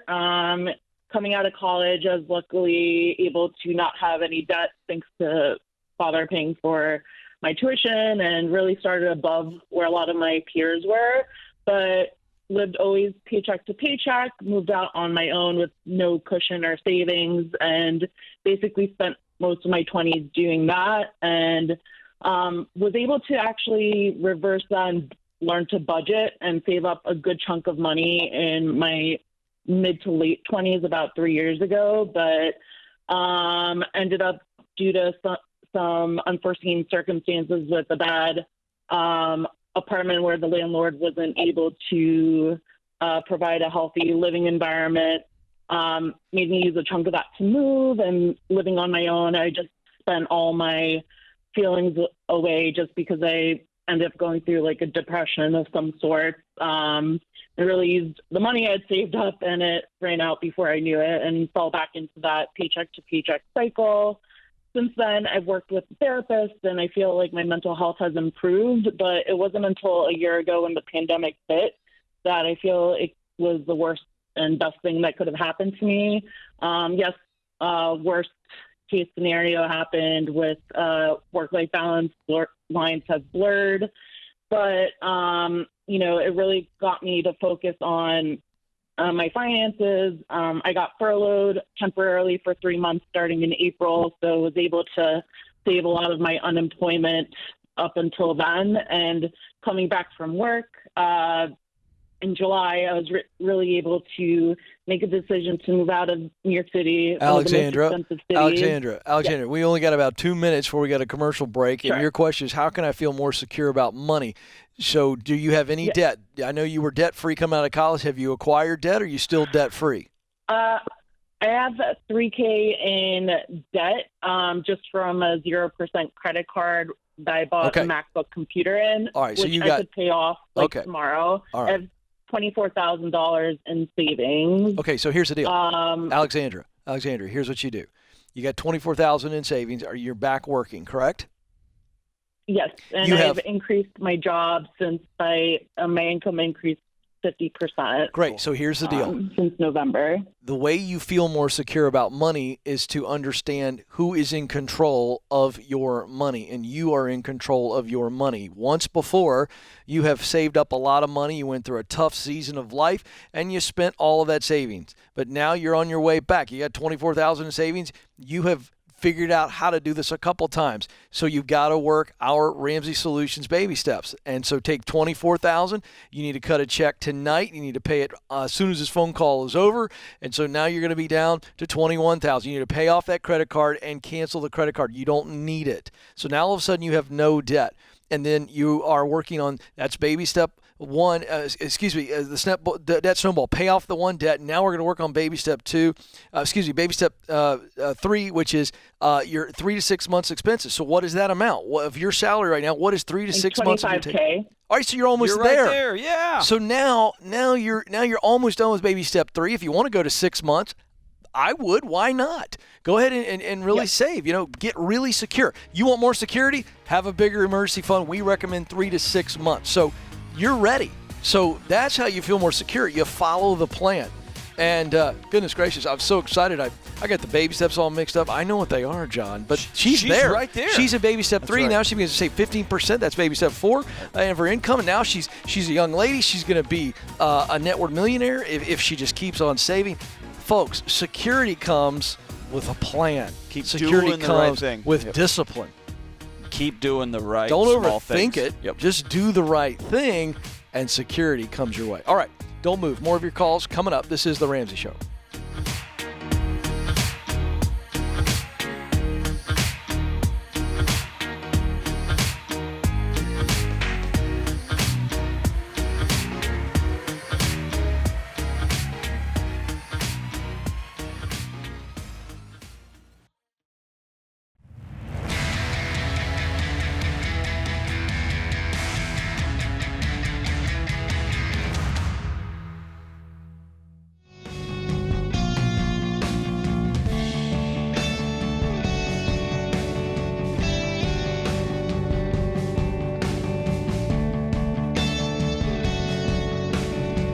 Welcome back to The Ramsey Show. I'm Ken Coleman, joined by Dr. John Deloney as we take your calls about your life. 888-825-5225. 888-825-5225. Let's go to David in Cincinnati, Ohio. David, how can we help? Hey, gentlemen, how you doing today? We are loving life. What's going on? That's awesome. I have a question for you. I'm kind of in the process of and need your guidance on going about how do I search for a new career? Is there suggestions that you would have that maybe like I don't know if there's like an aptitude test or things of that nature that would just give me some ideas of different career options that I might be able to get into? Sure. Let's start with what you've always wondered about, because a guy who calls up and says, hey, I'm thinking about switching, at some point in your life, you had some other ideas and wondered about some things that you might do when you grow up. Maybe it was when you're 9, maybe it was when you're 19, correct. Maybe it was 9 months ago or 9 minutes ago. Let's start there, because I'll walk you through this, but I want to know what you've wondered about. The only thing that my only passion I've ever had is in law enforcement, and I'm probably a little bit too old to get into that. How old are right you? Now, 45. Nope, you're not too old. Yeah. Excuse one, gone. Yeah. So why law enforcement? Well, tell me why. I'll tell you what, guys. I'll blow your theory out of the water. I've applied for FHP twice. I've been denied both times. I've applied for the city of Orlando. I've been denied. I've applied for the city of Cincinnati and been denied. So, guys, come on. I can only take so much of that before you really feel like it's never going to happen. You know what I'm saying? Okay, hold on. I get that. It's one of those things where I get it. You're a little tough, you know? I get it, and I understand you're a human being. I'm discouraged. I know you are. I was about ready to say you're discouraged, but you're also wrong. And I don't want to beat up on you too much because you're already discouraged. But let me tell you something. 45 is not too old. There's no manual. There's no unwritten rule throughout the United States where these local law enforcement officers or even federal law enforcement are saying, well, 45 is too old. And so, but I'm going to tell you this, if you feel like you're too old, you'll act like it's not an option and you won't stay with this. This is a tough field to get into. You're talking to a guy who got into broadcasting starting at the age of 33. So I'm not going to allow you to keep telling yourself this, but I want you to answer the question that I asked you. I'm going somewhere with this. Why do you want to be a law enforcement officer? The biggest reason is I like the diversity. I like the different opportunities. I like it's not, you can stop on the side of the road and help somebody, but there's also a risk there. So I like the fact that you have the authority to stop and say, hey, how can I help you? Is everything okay? Along with, of course, enforcing law. And when there's things that happen, you're the one that responds to it. Okay. And it's not a question of, so it's not just, well, yeah, you can be a good Samaritan, but it's just having the ability because it's expected, because it's your job. And so it's not like, I grew up here and the streets were like this and now the crime's bad and I'm going to go out here and be the Superman and save it. I'm not trying to do that. There's always been something that appealed to me. I like investigation. Okay. There's things about that really appeals to me. All so it was always something that's been my passion. Yeah. And of course, yes, why didn't I pursue it years ago? Well, I tried. And then, quite frankly, some of the people that I talked to that were in it said that it probably wasn't a good idea to do when I had my children. And it made sense. Okay. And now that my children are gone, I tried it again. Good. And here's what I want you to hear. I wanted you to list out all the reasons why this kind of work fires your soul up. And you did a great job of listing it out. Right. So what you've got to then say is law enforcement the only way to do that kind of work? So I'm going to challenge you here to realize that it's not just law enforcement to do that kind of work. What are other ways to protect people? What are other ways to serve people? There are functions and roles that a law enforcement officer does during the day that exist in other places. So I want you to expand your mind, but I also want you to understand that you getting into a law enforcement job is all about why I wrote the book, The Proximity Principle, which says in order to do what you want to do, David, you got to be around people that are doing it in places where it is happening. What does that mean practically? That means you have got to spend time with police officers or federal officers. You've got to get to know them, and they get to know you, and then all of a sudden you're not just a nameless, faceless person who is applying for a job. You are somebody who has come highly recommended. Hey, let me tell you about my friend David. This guy's got the chops. He's got the passion for it. And they start making connections for you. They're ultimately not going to get you hired, but they are going to put you in a position where you're not just somebody competing against somebody else. So all of a sudden, the 45-year-old has a chance to beat out the 35-year-old because of the relationships, John. And I'm telling you, that's how you get in hard to get in fields that are so very competitive. You got to have that edge, that relationship. Now, I've talked to callers on the show, and I want to call this out, who have said you don't really. It's hard to get that recommendation kind of officially. Yeah. And I understand that. So don't go official. Yeah. You still have relationships and you can meet people. So this is a situation where you can't get discouraged. You've got to get determined. And it sounds cliche, but that's really the case. He's not too old. No, and man, when you call somebody, and this is something, man, it's just become a challenge for me to process personally with my family, with what's going on in the country. When you call two people, one of which I come from a law enforcement background. I've spent my entire career working with law enforcement, both on the payroll and in my communities. And a guy who has a nationally syndicated show helping people get with their jobs. And your response to their feedback is instant anger, instant discouragement. Mm-hmm. You've got to be reflective enough to say, am I applying for these jobs and I'm not getting them for another reason, or am I going to create a reason why? And it's because I'm too old, right? I'm gonna come up with the thing that I think the answer is, right? Yep. And so what I want somebody who is inventing answers or getting discouraged or getting rejected. I know it's frustrating. I know it's hard. You got to listen to the truth. When people tell you the truth, hey, it's not because you're too old. What else is holding you back, right? What else is leaning on you? Ken, what do you tell folks who are struggling with rejection after rejection after rejection when they're searching for a job? Yeah. What advice do you give to them? So what we do is we retreat to clarity. Okay. So let's get back to clarity on who I am. Yeah. So do I have the talent to be a law enforcement officer? That's a hard thing, right? Well, but hold on. But you do a self-assessment, then you get other people in your life who are truth tellers who know you well but will tell you the truth. Right. Not the American Idol mom who tells their daughter or son that they can sing and they can't sing. Yeah. So we go back and wait a second. Do I have all of the required skills and talent that this job requires? Right. That's number one. Can I pass if I get into the academy, can I pass? Can I do it? You got to do that. So then we move to passion. Do I love this work? Right. How much do I want to do? That's why I asked him, what's your why? Why do you want to do this work? Let's clarify why, because then that gets the heart feeling good again, right? So we're discouraged, we're down because we got passed over. That's very personal. Yeah, it is. So we got to snap back. Yeah. One way to do that, do I have the chops to do this? If the answer is yes, check that box. Yep. Do I love this work? Am I passionate about it? If the answer is it makes your heart beat thinking about doing that work, check that box, we're ready. And now, does that work produce results that really, really fire your soul? Like, you want to do this for the community. I want to protect them. I want to serve them. Right. I want to put a different brand on law enforcement. I want to be this guy. Now we go check. Right. So now we're clear again. Yes, I really want this. You're going to weigh back in. I know why. Right. And that gives me the juice to step back in and face rejection again. Because here's the deal. None of us, John, like to be rejected. No. And especially about something like David, man, I've wanted to do this for a long time. Yep. And then my kids got in the way, and I stepped out, and I'm stepping back in. He's wanted to do this for a long time, and he's really down because it hasn't happened. Here's the deal. You got to double down. Right. By the way, Kelly, I meant to give David a copy of my book, The Proximity Principle. David, you got to read this and do it.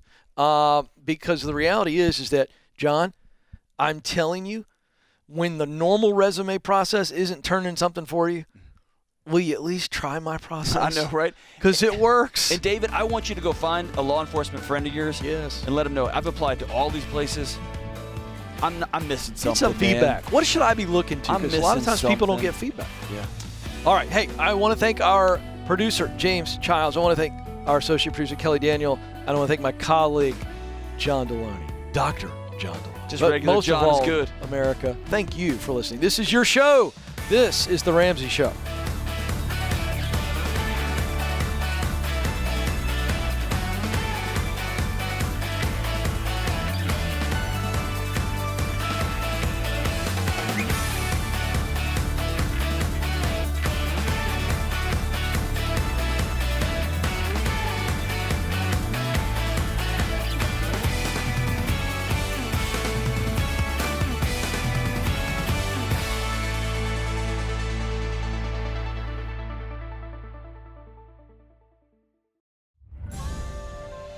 This is The Ramsey Show. You can be intentional about your character. You can have money and a career. You are the hero in your story.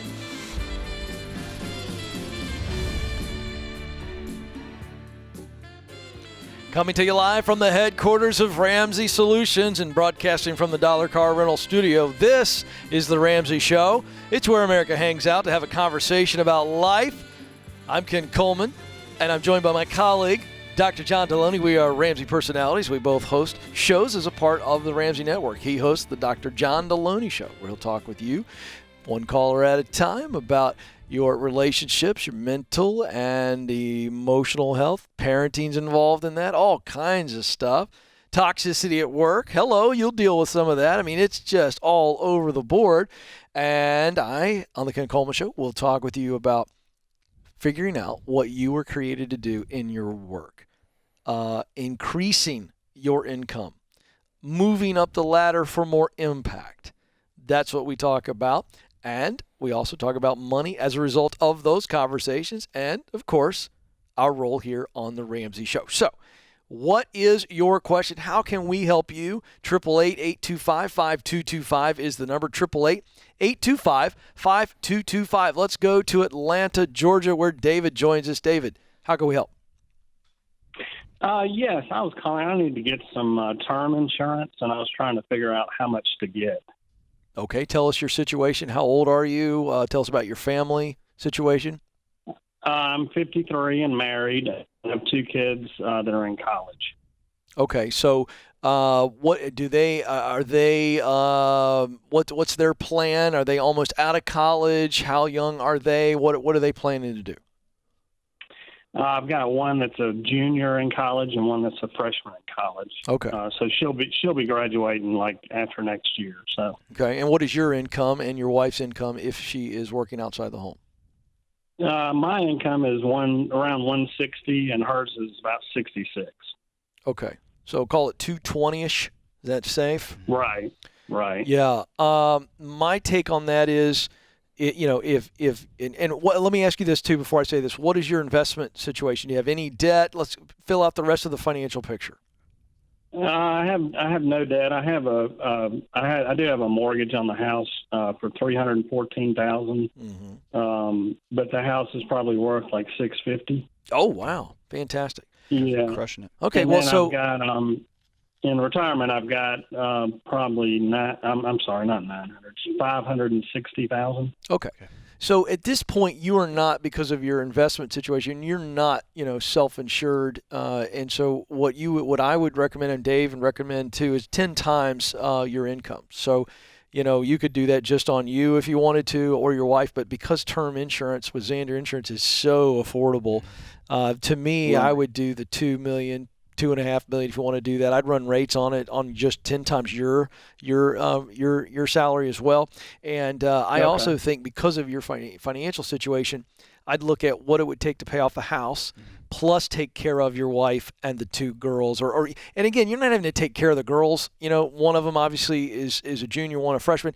But what would you want your life insurance policy to do if you went much earlier than expected? And I think that helps you frame up that 10x number. But I think for you, anywhere between 1.5 to 2.5, I think is the right amount. 2.5 million, 1.5 to 2.5 million, and you could also look at potentially a separate policy if you wanted to. Just run the numbers with one of our with Xander Insurance, and paying off the house as well.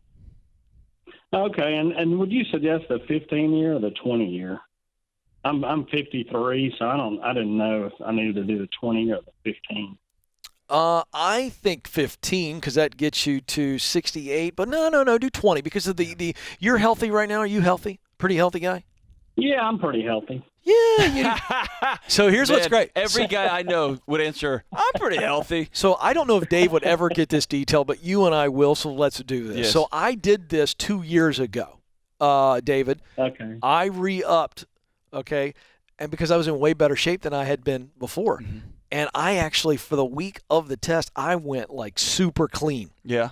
Dropped an additional 4 pounds and the cholesterol in the blood was top rate. I got the best rate possible. So, David, if you're 5 to 10 pounds from being, some real savings, I'd do the 20 years. Yeah, From man. some real savings. Yeah. Awesome. Do 20 because that gets you to 73. That's enough. Yeah, the longer you go, the longer you wait to buy this policy, the more expensive it's going to get. Right? Yeah, so do it now. Right. What do you think? You knocking out the cheeseburgers for the next 10, 15 days before they get out there to the house? Well, I think the catch is they kind of get you on that because they say, have you lost weight within the last, certain amount of time? So they kind of, there's kind of a catch there. But, I'll try to lay off the cheeseburgers. No, trust me. You need the good, whatever the good cholesterol is, and you got to get rid of the bad cholesterol. I'm telling you. David, you can do this, man. And then here's the other thing. This is all rounding out in time for the summer bathing suit season. So we are saving money. We're looking better in our swimsuit. The wife is excited. There's a trifecta of goodness here, David. David, you made one phone call, and we made every part of your life better. Yeah, we gave way more than you expected, which is what we do here on the Ramsey Show. We'll give you full holistic advice. We'll give you the whole 9 yards. Call Xander. They're who do Xander Insurance. I trust with my That's who I'm with family, as well. Right. That's who I trust. That's who Dave recommends, but more importantly, they're great. That's who I use to take care of my family in the event that I pass away. They're great. And on this show, I've said it multiple times. I'm going to keep saying it. Mm-hmm. Ken, if I look back and I think through the crisis stuff I've been involved with, those are usually 2 in the morning, 3 in the morning. There's very few people. The neighborhoods are asleep, and I roll into a house with with 1 or 2 partners. There's police officers there. There's EMS there. There is few things on earth more harrowing than sitting with somebody who's just lost a spouse, and they look you in the eyes and they say, I don't know what to do next. Yeah. Because they're going to have to go to work on Monday because they don't have any life insurance. They don't know if there's a will. They don't know what comes next. They just know that we don't have enough money in savings to cover the electric bill next month. That's right. And so don't do that. Get life insurance. Yes, it's get a worth it. will. Take care of your family. Something happens to me, the house is paid off, and Stacy and the kids are set. I'm in that weird moment where you're more valuable dead than you are alive. Yeah. By a margin. Yeah, right? I know. That's how that works. By a margin, man. Yeah, the Xander folks took care of us. So. You know what we need, like for these people, these large insurance policies, we need some sort of, we need to invent remember the old days in the, Kelly Daniels, a history buff like me, you had the tasters for people who would taste. Back in the day, you took out a king with a glass of wine. Oh, yeah. Do you know what I mean? Like that was the real deal. Yeah. And so we need that, you start getting, I need some sort of instrument to check the toxicity of our beverages. My wife loves me is all. She does. She does. She does. Hey, it's tax time, John. Hey, I'm done. Boy. I did them. You're done? I did them. Did you use Smart Tax? I used Smart Tax. I did it at my kitchen table. It was awesome. All right. Well, listen, your taxes don't have to be that complicated. Text the word tax to 33789 to learn more on our Smart Tax program. Text the word tax to 33789 and use Ramsey Smart Tax. It's a game changer. It's what I used, and it was awesome. It works. Hey, don't move. More of the Ramsey Show coming right up.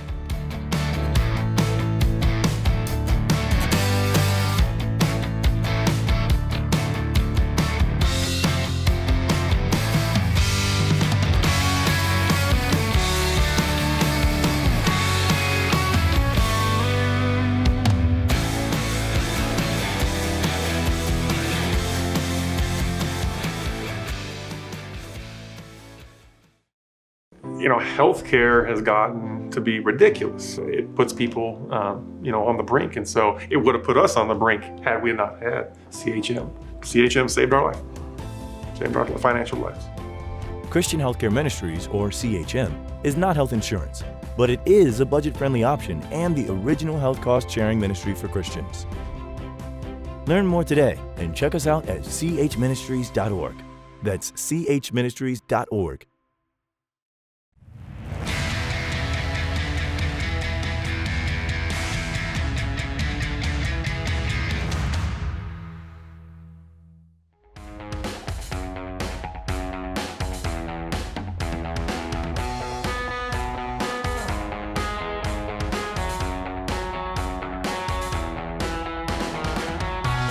Welcome back, America. You're listening to The Ramsey Show. I'm Ken Coleman, joined by my colleague, Dr. John Deloney. The phone number to jump in on the conversation is 888-825-5225. That's 888-825-5225. Let's go to Dayton, Ohio, where Rhonda joins us. Rhonda, how can we help? Hi, guys. Really nice to meet you both. It's good to talk to you. I am looking for some advice on what to do as far as relationship goes with money. We've been married for 36 years, and we don't do well together in any way, shape, or form. We have gone to several different extremes where we just each did our own thing, and then I tried to step back and said, okay, you handle it all. And that got kind of scary, and he didn't talk to me, doesn't tell me anything. And I looked up and we went for bankruptcy because he wasn't paying the house payment. Yeah. And I didn't know. Now the tables have turned, and I make significantly more money than he's making, and we're still not talking. And we have been to counseling. I don't know what to do anymore. And we're getting too old to continue this, honestly, because I'm going to retire one day, and I'm going to be debt-free, but how can I be debt-free if we're not debt-free? Mm. Now, when you say you're not talking, you mean not talking at all or not talking about money? I'm not talking about money. Okay. Do you talk about everything else?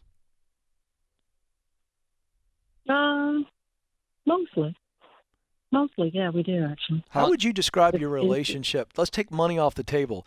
How would you describe your relationship on a scale of 1 to 10? 1 being non-existent, and 10 you're in puppy love.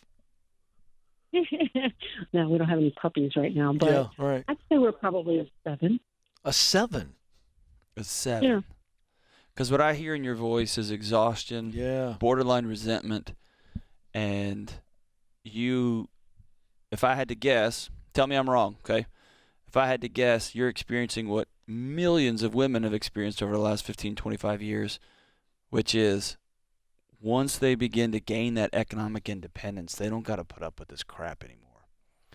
And at the same so it's not that, okay? I'm not there, the reason I'm not there is because I love my husband and I'm not trying to go anywhere. But you are right. I am pushing back. Yeah. You're absolutely right. And I know that. Does he have... I know. I am... Rhonda, does he have separate bank accounts? Did I understand that? Am I picking that up?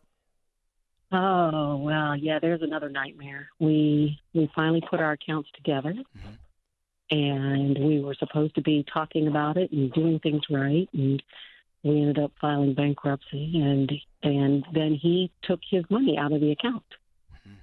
And so for the last several years, we actually finished a bankruptcy. I know we're like some of the only people on the planet that actually finished one, and we did.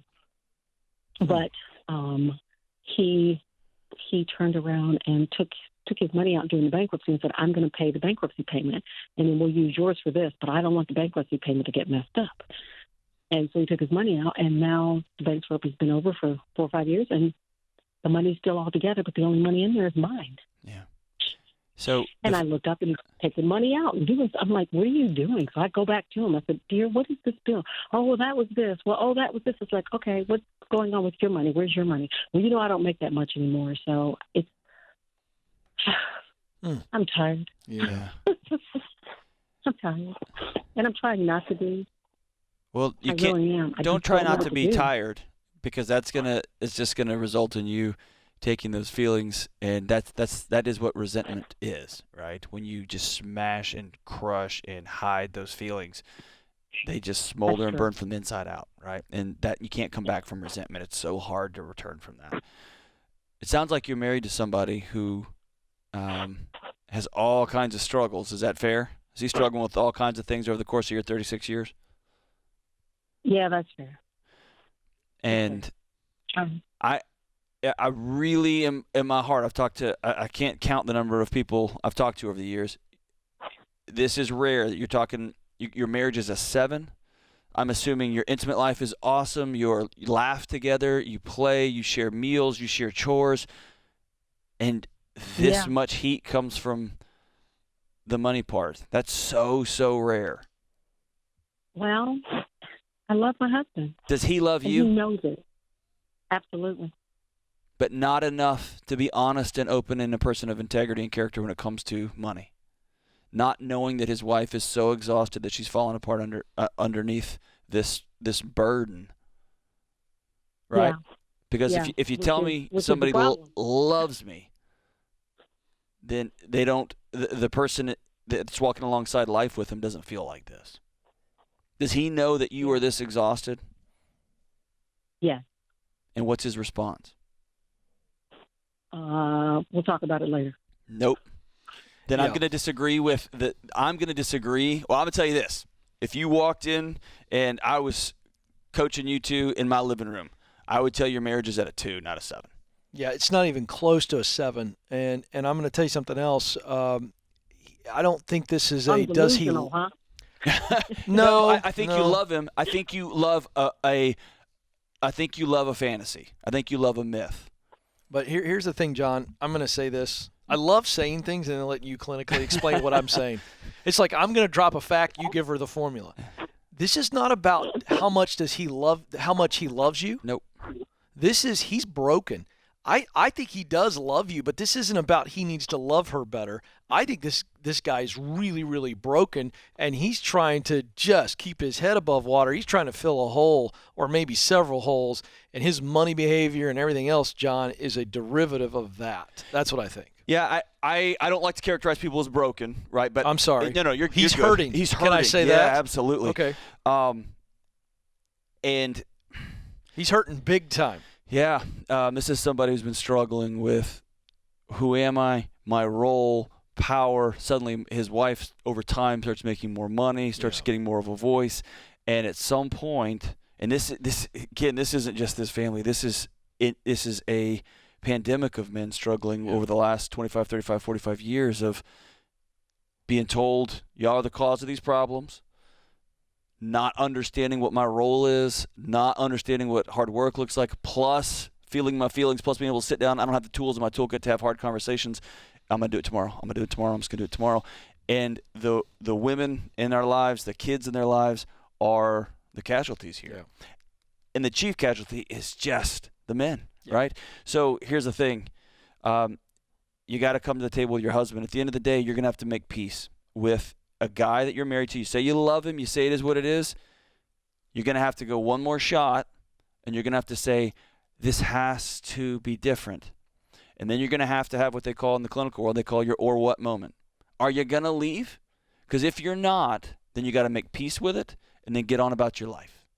If you are going to leave, you got to have that hard conversation, preferably with a professional in the room, because you don't want to be making threats and threaten to walk away. But you're at a place now where you've got to make the decision. If the person in your life won't change, you can only control you, right? And you're going to have to either say, this is the guy I married, this is what it is, we're going to ride this out, or you're going to have to make some other life decisions, right? But that sounds like where you're at. This is 36 years, it's almost 4 decades, right?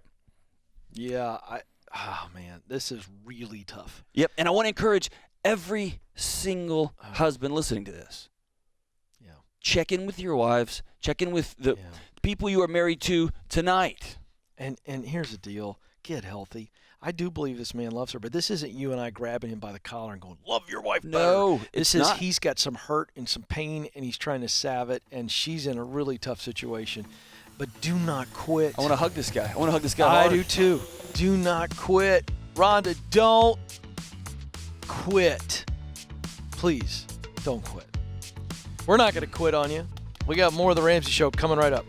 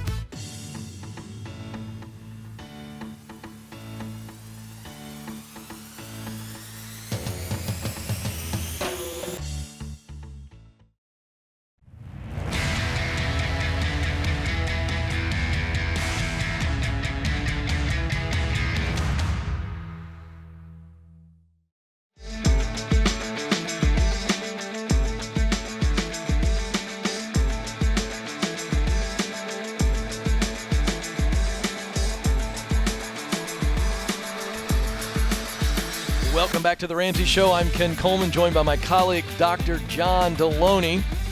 You need to find out for yourself why Blinds.com is the #1 online retailer of custom window coverings. You get free samples, free shipping, and with the new promos they run every month, you'll save even more. Use the promo code Ramsey to get the best deal. Rules and restrictions apply. Today's question comes from Jenny in Florida. She says, I work for a large retail company who was able to stay afloat during the pandemic because we were considered an essential business. I was very fortunate to keep my job, which I love. However, our company just announced to us that there would be no merit increases this year, not even a cost of living raise. But we are going to receive our bonuses. For me, it's probably about $2,000. I really love my job. But is this a red flag to start looking elsewhere? What? No! What are you doing? Jenny, let me reread your question back to you. You start by saying, I love my job. But our company said no merit increases this year, which, by the way, the standard increase is about 3%. Yeah. In American businesses. Let's go back before that. My large company survived the pandemic. Yeah. Hey, hello. We survived. Many did not. No. And their jobs did not. So we survived. Yeah. And I love it. Continue. And while they're not going to give a merit increase or a cost of living raise, they are going to give out bonuses. Ken, you and I don't agree on a lot. And for both of us to be like, what are you saying? Dude.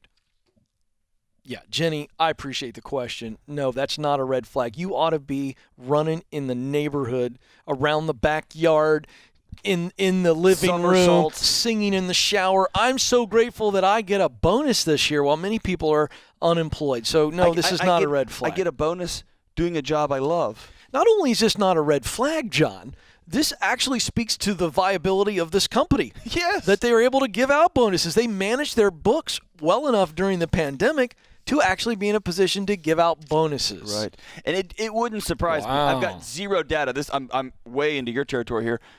That we're going to see this more and more moving forward, because if a pandemic can come out of nowhere and wipe us out, right, and our most expensive thing is ongoing, ever-increasing payroll, it makes sense to me that we're going to hand you a big pile of cash at the end of every year based on how this goes, but we're not going to strap ourselves with this ever-increasing payroll, right? Because then we have to continue to increase our costs, et cetera, et cetera. Yeah. Man, if you love your job and your job's, you're working for a company that can navigate this and still write you bonus checks, somersault time. Yeah. Now, we don't have time for co-host counseling live on the air. Right. But you just told America that we don't agree on much. That's not true. I want to talk to you about that. Why did you say that? We agree on some. A lot. We agree on a lot of things. Do we? I'm just kidding. I think we do a lot. But when you said it, not me. Politics and economics, we love to bicker back and forth, right? Yeah, we have different views, but it's not like we're, Oh, I didn't mean that as you gotta be careful what you say. People think that we're fighting during the commercial breaks. We are. Kidding. No, I'm just having fun with you. All right. 888-825-5225, 888-825. Did you like my co-host counseling? I thought that was kind of a funny line. You just went right over We can skip the I didn't get what you were saying. I didn't know where you're headed with it. No, I like that. Yeah, we could counsel each other right here on the air. We should do that. You want to talk about some political topics right now? No. No. By the way, before we get to the phones, you want some advice? Don't talk politics with anybody. No. Especially when maybe not even your wife or your kids. I just think it's gotten to the point where it's like, it's why? ludicrous. What is the point? Like the dog. I think that one of my doodles would argue with me at this point if I just said something in the house. Look at me like, you're wrong. You're wrong. So much vitriol, too. There used to be a day where you could sit around, a martini or a beer with some people and just talk about all different points of view, and everybody like, that's interesting. Cool. Yeah, I don't agree with that. But not anymore, man. No, I'm gonna dump your grill over, and me and my kids, we're taking our ball and we're going home. Yeah. So dumb. Catch a wine glass in the temple. So dumb. Don't talk about it at all. Not good. Anyway, 888-825-5225. That's some good life advice there. 888-825-5225. James is joining us in Denver, Colorado. James, how can we help? Hey, how are you guys doing today? Well, we're having a blast. How can we help? So I'll try to keep it short, but I've got a couple of attributes to this question. So about a year ago, I gave a personal loan to my girlfriend of about $3,000. Of that, she has paid back $1,500, so she still has $1,500 left on the agreement. Since that time, 3 things have happened. Number one, because of the pandemic, she had to take a different job, making about half the amount of money she was making. Number 2, we both started financial peace, and we are both on baby step 2. And number 3, we recently got engaged. We're getting married in about 6 months. Given all that's going on right now, I kind of feel like it would be best to just forgive the rest of the loan. It doesn't feel right to me to keep it. But I'm also afraid, because our relationship has always been a 50-50 partnership, that it's going to come off like I'm trying to lord over her or be better than her. And I also have all this debt still to pay off. So I was wondering, should I just go ahead and try to tell her not to pay it back? And how do I approach that without seeming weird? Okay. You sound weird. You do sound weird, because I would never utter the phrase, my fiance owes me money. In a billion years. Like that sentence can't come out of my mouth. No. I don't know how it comes out of your mouth. I don't think this is a her issue. This is a you issue. This is a we issue. John, my goodness, I don't even know where to start. Well, there's a lot here. So if you are not able to have a conversation that says, hey, I did something stupid. We didn't know about we didn't have the wisdom about loaning money to people that were in romantic relationships with, or friendships, or family, right? Give it away or say no. Dude, we're done with this debt repayment situation. If that becomes a lording over, a power struggle, man, you guys got to get to a premarital counselor tomorrow, right? You are not in a position to be getting married, because, dude, the conversations y'all will be having about kids and work and where we're going to live and family, and I'm sick, I need some support, they get harder and harder and harder. This is a simple one. Absolutely. When is the wedding day? About 6 months. 6 months from now. Yes. Well, 6 months from now, you walk down the aisle, she doesn't owe you any more money. I guess if she breaks up with you today, or you break up with her, then we can talk about that. But if you're getting married, it becomes our money. It's our thing. I mean, I married Stacy. She had a master's in broadcast journalism. I married her student loans. Yeah. So it wasn't like, oh, I'm paying every time I wrote a check, and I go, well, I'm paying your master's degree off. That's right. No, you're in it together. So James, you said you're both 50-50. Is that hard? Who is this more challenging for? I feel like it would be more challenging for her. Because that has always been a great sense of pride for her. Right. That she is, her own person. She's making a way in the world. I feel like it's something that comes from the way she was raised, her family dynamics, certainly something that I personally would push back against. And I agree with everything that you're saying. Oh, well, then I think you just have to have a straight-up conversation here to say, hey, you are who you are. You're an independent woman. You're all these wonderful things. I loaned you some money. Big deal. It's going to be our money. Right. Don't even think of it that way. You're going to help pay this whole thing off anyway. Yeah, and this whole 50-50 talk, brother, it's 0.50, and you're about to become one. You're going to have to get with somebody and work on that before y'all attach yourselves to each other forever, man. And don't be very careful about psychoanalyzing your fiance. Y'all need to get with a premarital counselor today. Yes, absolutely true. All right. We're not done yet, folks. Don't move. More of your calls coming up next. This is The Ramsey Show.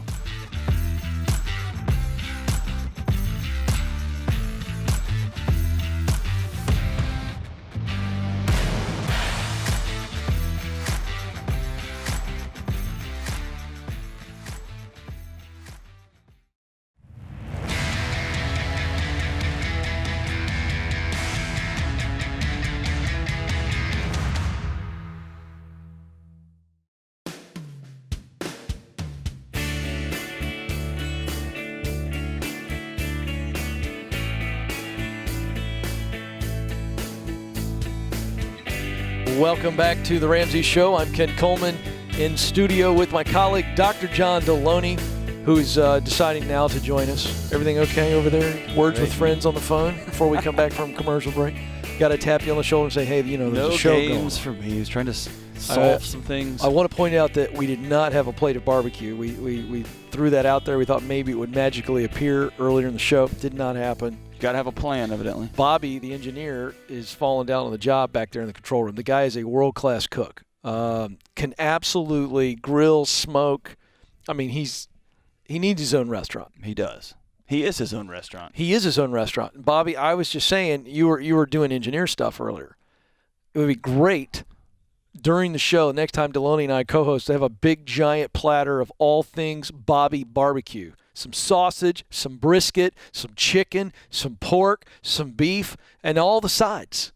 Or as we say in the South, fixins. Mm-hmm. That's F-I-X-I-N-S for people who aren't from the South. That's an actual word. All the fixins. Do you say that in Texas? No. What do you say? Beans and cornbread. Yeah. Potato salad. Now, fixins. Fixins includes anything. Anything that's on the table that's not an entree is a fixin'. And there's 0% chance Bobby's going to share. Not true. That's wrong. Hey, you know what? He talks to you that way. Bring it in here. We'll put it on this side. And I'll just do the Heisman, and I'll just eat while he's answering relationship calls, and then I'll wipe the mouth, and we'll get into the other stuff. All right. We're having fun here. Bobby really is a world-class cook, and I really would like to have some barbecue during the show. And we'll just do it when Dave's not here. Yeah, he doesn't care. 888-825-5225. I'm really getting hungry. I really am. No, you started a whole thing inside my heart and mind here, man. Exactly. 888-825-5225. Back to the phones we go. Savannah, Georgia is where we're going to go. Oh, you know what? I'll get to this in a second. Let's go to Kevin in Savannah, Georgia. Kevin, how can we help? Hi, guys. I appreciate you taking the call. You bet. Yeah. So to give you some context, me and my wife got married about 6 months ago. We've been doing super good. We paid off over $23,000 in college debt. Way to go, buddy. Thank you. We have about $1,700 left. Now, my question is, so she recently got an offer, actually earlier today, for a different position in Pennsylvania. And right now we're kind of deciding whether to stay in Savannah, where we make about $80K gross, or go to Pennsylvania, where we'll be making about $90K, so about $10,000 more. That's about the difference for the two positions. I work remotely, so I can work either in Savannah or in Pennsylvania. And to give you a little more context, most of our family's in the Northeast, in Pennsylvania and New York. But we have been here for 6 months. We're plugged into our church. We've been doing very, very great, going to life groups and all that. So my question is, should we just focus mostly on the money, making a little bit more money so we can, start putting, retirement savings and start investing in our future? Or should we just stay here knowing the expenses are a little bit less and kind of doing that? Interesting. So, John, I get these calls a lot on the Ken Coleman Show. I can't wait to hear, man. So, Kevin gets to answer this. I could say what I think, but that's not what this is about. Right. This is about us guiding them. Kevin, there's two of you in this marriage. I want to know what you and your wife, give me the two separate votes. Your vote first, her vote. As it stands right now, which way you lean it? So, great question. So, me and Olivia, that's her name. We actually don't know. We love Georgia. We've been here for 6 months, like I said. We love the South. We went to school. I lived in Kentucky and in Virginia. She lived in Virginia and South Carolina. So we love the South. We think we want to stay here and raise our kids. We haven't done yet, but in the future. But we're super tied down. We're not too sure. We've been praying about it. I've been fasting about it this week. We just don't know. We're not really deciding anywhere. Well, I think you just gave us a clue. I think in that answer, you just kind of indicated you guys really love the South, and you have at some point, maybe through the short 6 months of your marriage, you guys have kind of imagined a life in the South. Am I right? Yep. Okay, so here's the deal. In this situation, I think you guys, I love that you're praying about it. You guys are talking about it. I think you guys get do the old-fashioned pros and cons list. Now, I love a pencil, got one right here. I love a piece of paper, got some right here. I draw a line, pros and cons for each of the moves. Pros for staying, cons for staying. I don't think there's any cons other than the fact that you say, well, my wife's going to get a $10,000 bump, but you said there's a cost of living. So I would actually run those numbers, John. I'd run the cost of living tax, increase plus taxes in the state of Pennsylvania, and I would compare it to your current income plus your taxes, cost of living in Savannah. That's a pretty easy side-by-side comparison. You can get pretty close there. And I think I would do that for your brain, for your logic, because ultimately after the brain gets engaged, John, I think it comes down to the heart. That's right. And, Kevin, I know how tempting it is when you guys have a plan. And the plan probably went something like, hey, we're going to live here for a few years, and then we're going to end up moving back northeast with all the family. And then suddenly you like it, right? And you get plugged in there, and moving back home maybe isn't quite what it might have been cracked up to be. And we had a plan, but, man, we really like it here. Well, we kind of beat you to it. So I have the pros and cons list here. Attaboy. I actually did that, in a very kind of macro sense. So the difference is about $5K, give or take. So we won't be making, crazy tons more.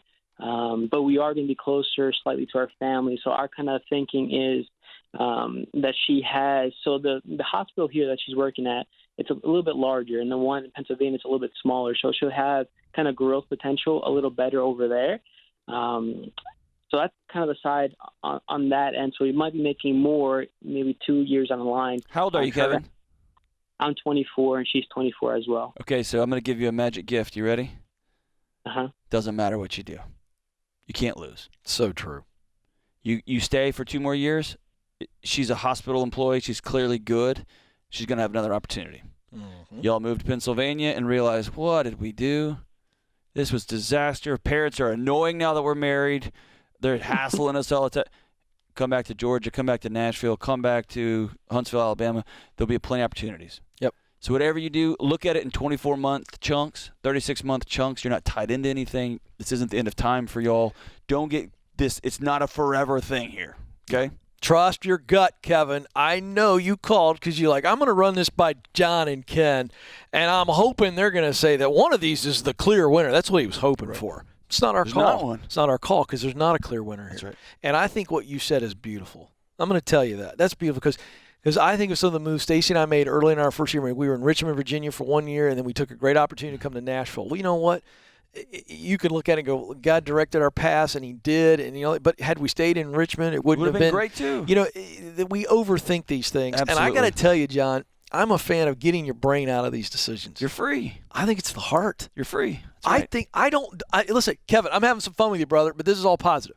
I don't believe you that there is not a clear winner in your heart. It might be, John, 52, 48. It might be one of those deals. It might be really close, but I don't believe that given let's look at it, let's get our head out of this deal, which he's done the head stuff, the good head stuff. John, I don't know. What do you think? I think he wants to stay. I heard that too. I think he loves to stay, the South.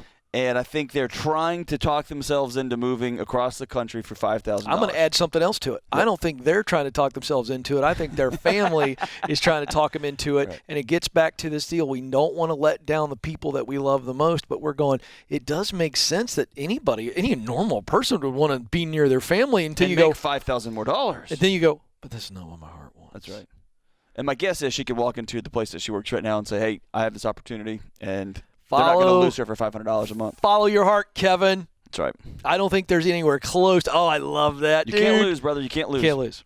Hey, our scripture today got a little out of order because I got excited about the barbecue, but hey, we're still getting it in, John. Mm-hmm. The scripture today, Philippians 2:3, do nothing from rivalry or conceit, but in humility count others more significant than yourselves. Today's quote, one of my mentors, former leader, had the privilege of working with this man, John Maxwell. To add value to others, one must first value others. That's good. I tell you what, not a lot of words, but a lot of depth. One of the great curses of our time. Yeah. We don't value each other enough. No. We don't place the right amount of value on people. Hey, I value you. And you too, man. Appreciate my colleague, Dr. John DeLay. I want to thank our producer, Ben Hill, our associate producer, Kelly Daniel, and you, America. Thank you because we do this for you. This is your show, and this is The Ramsey Show.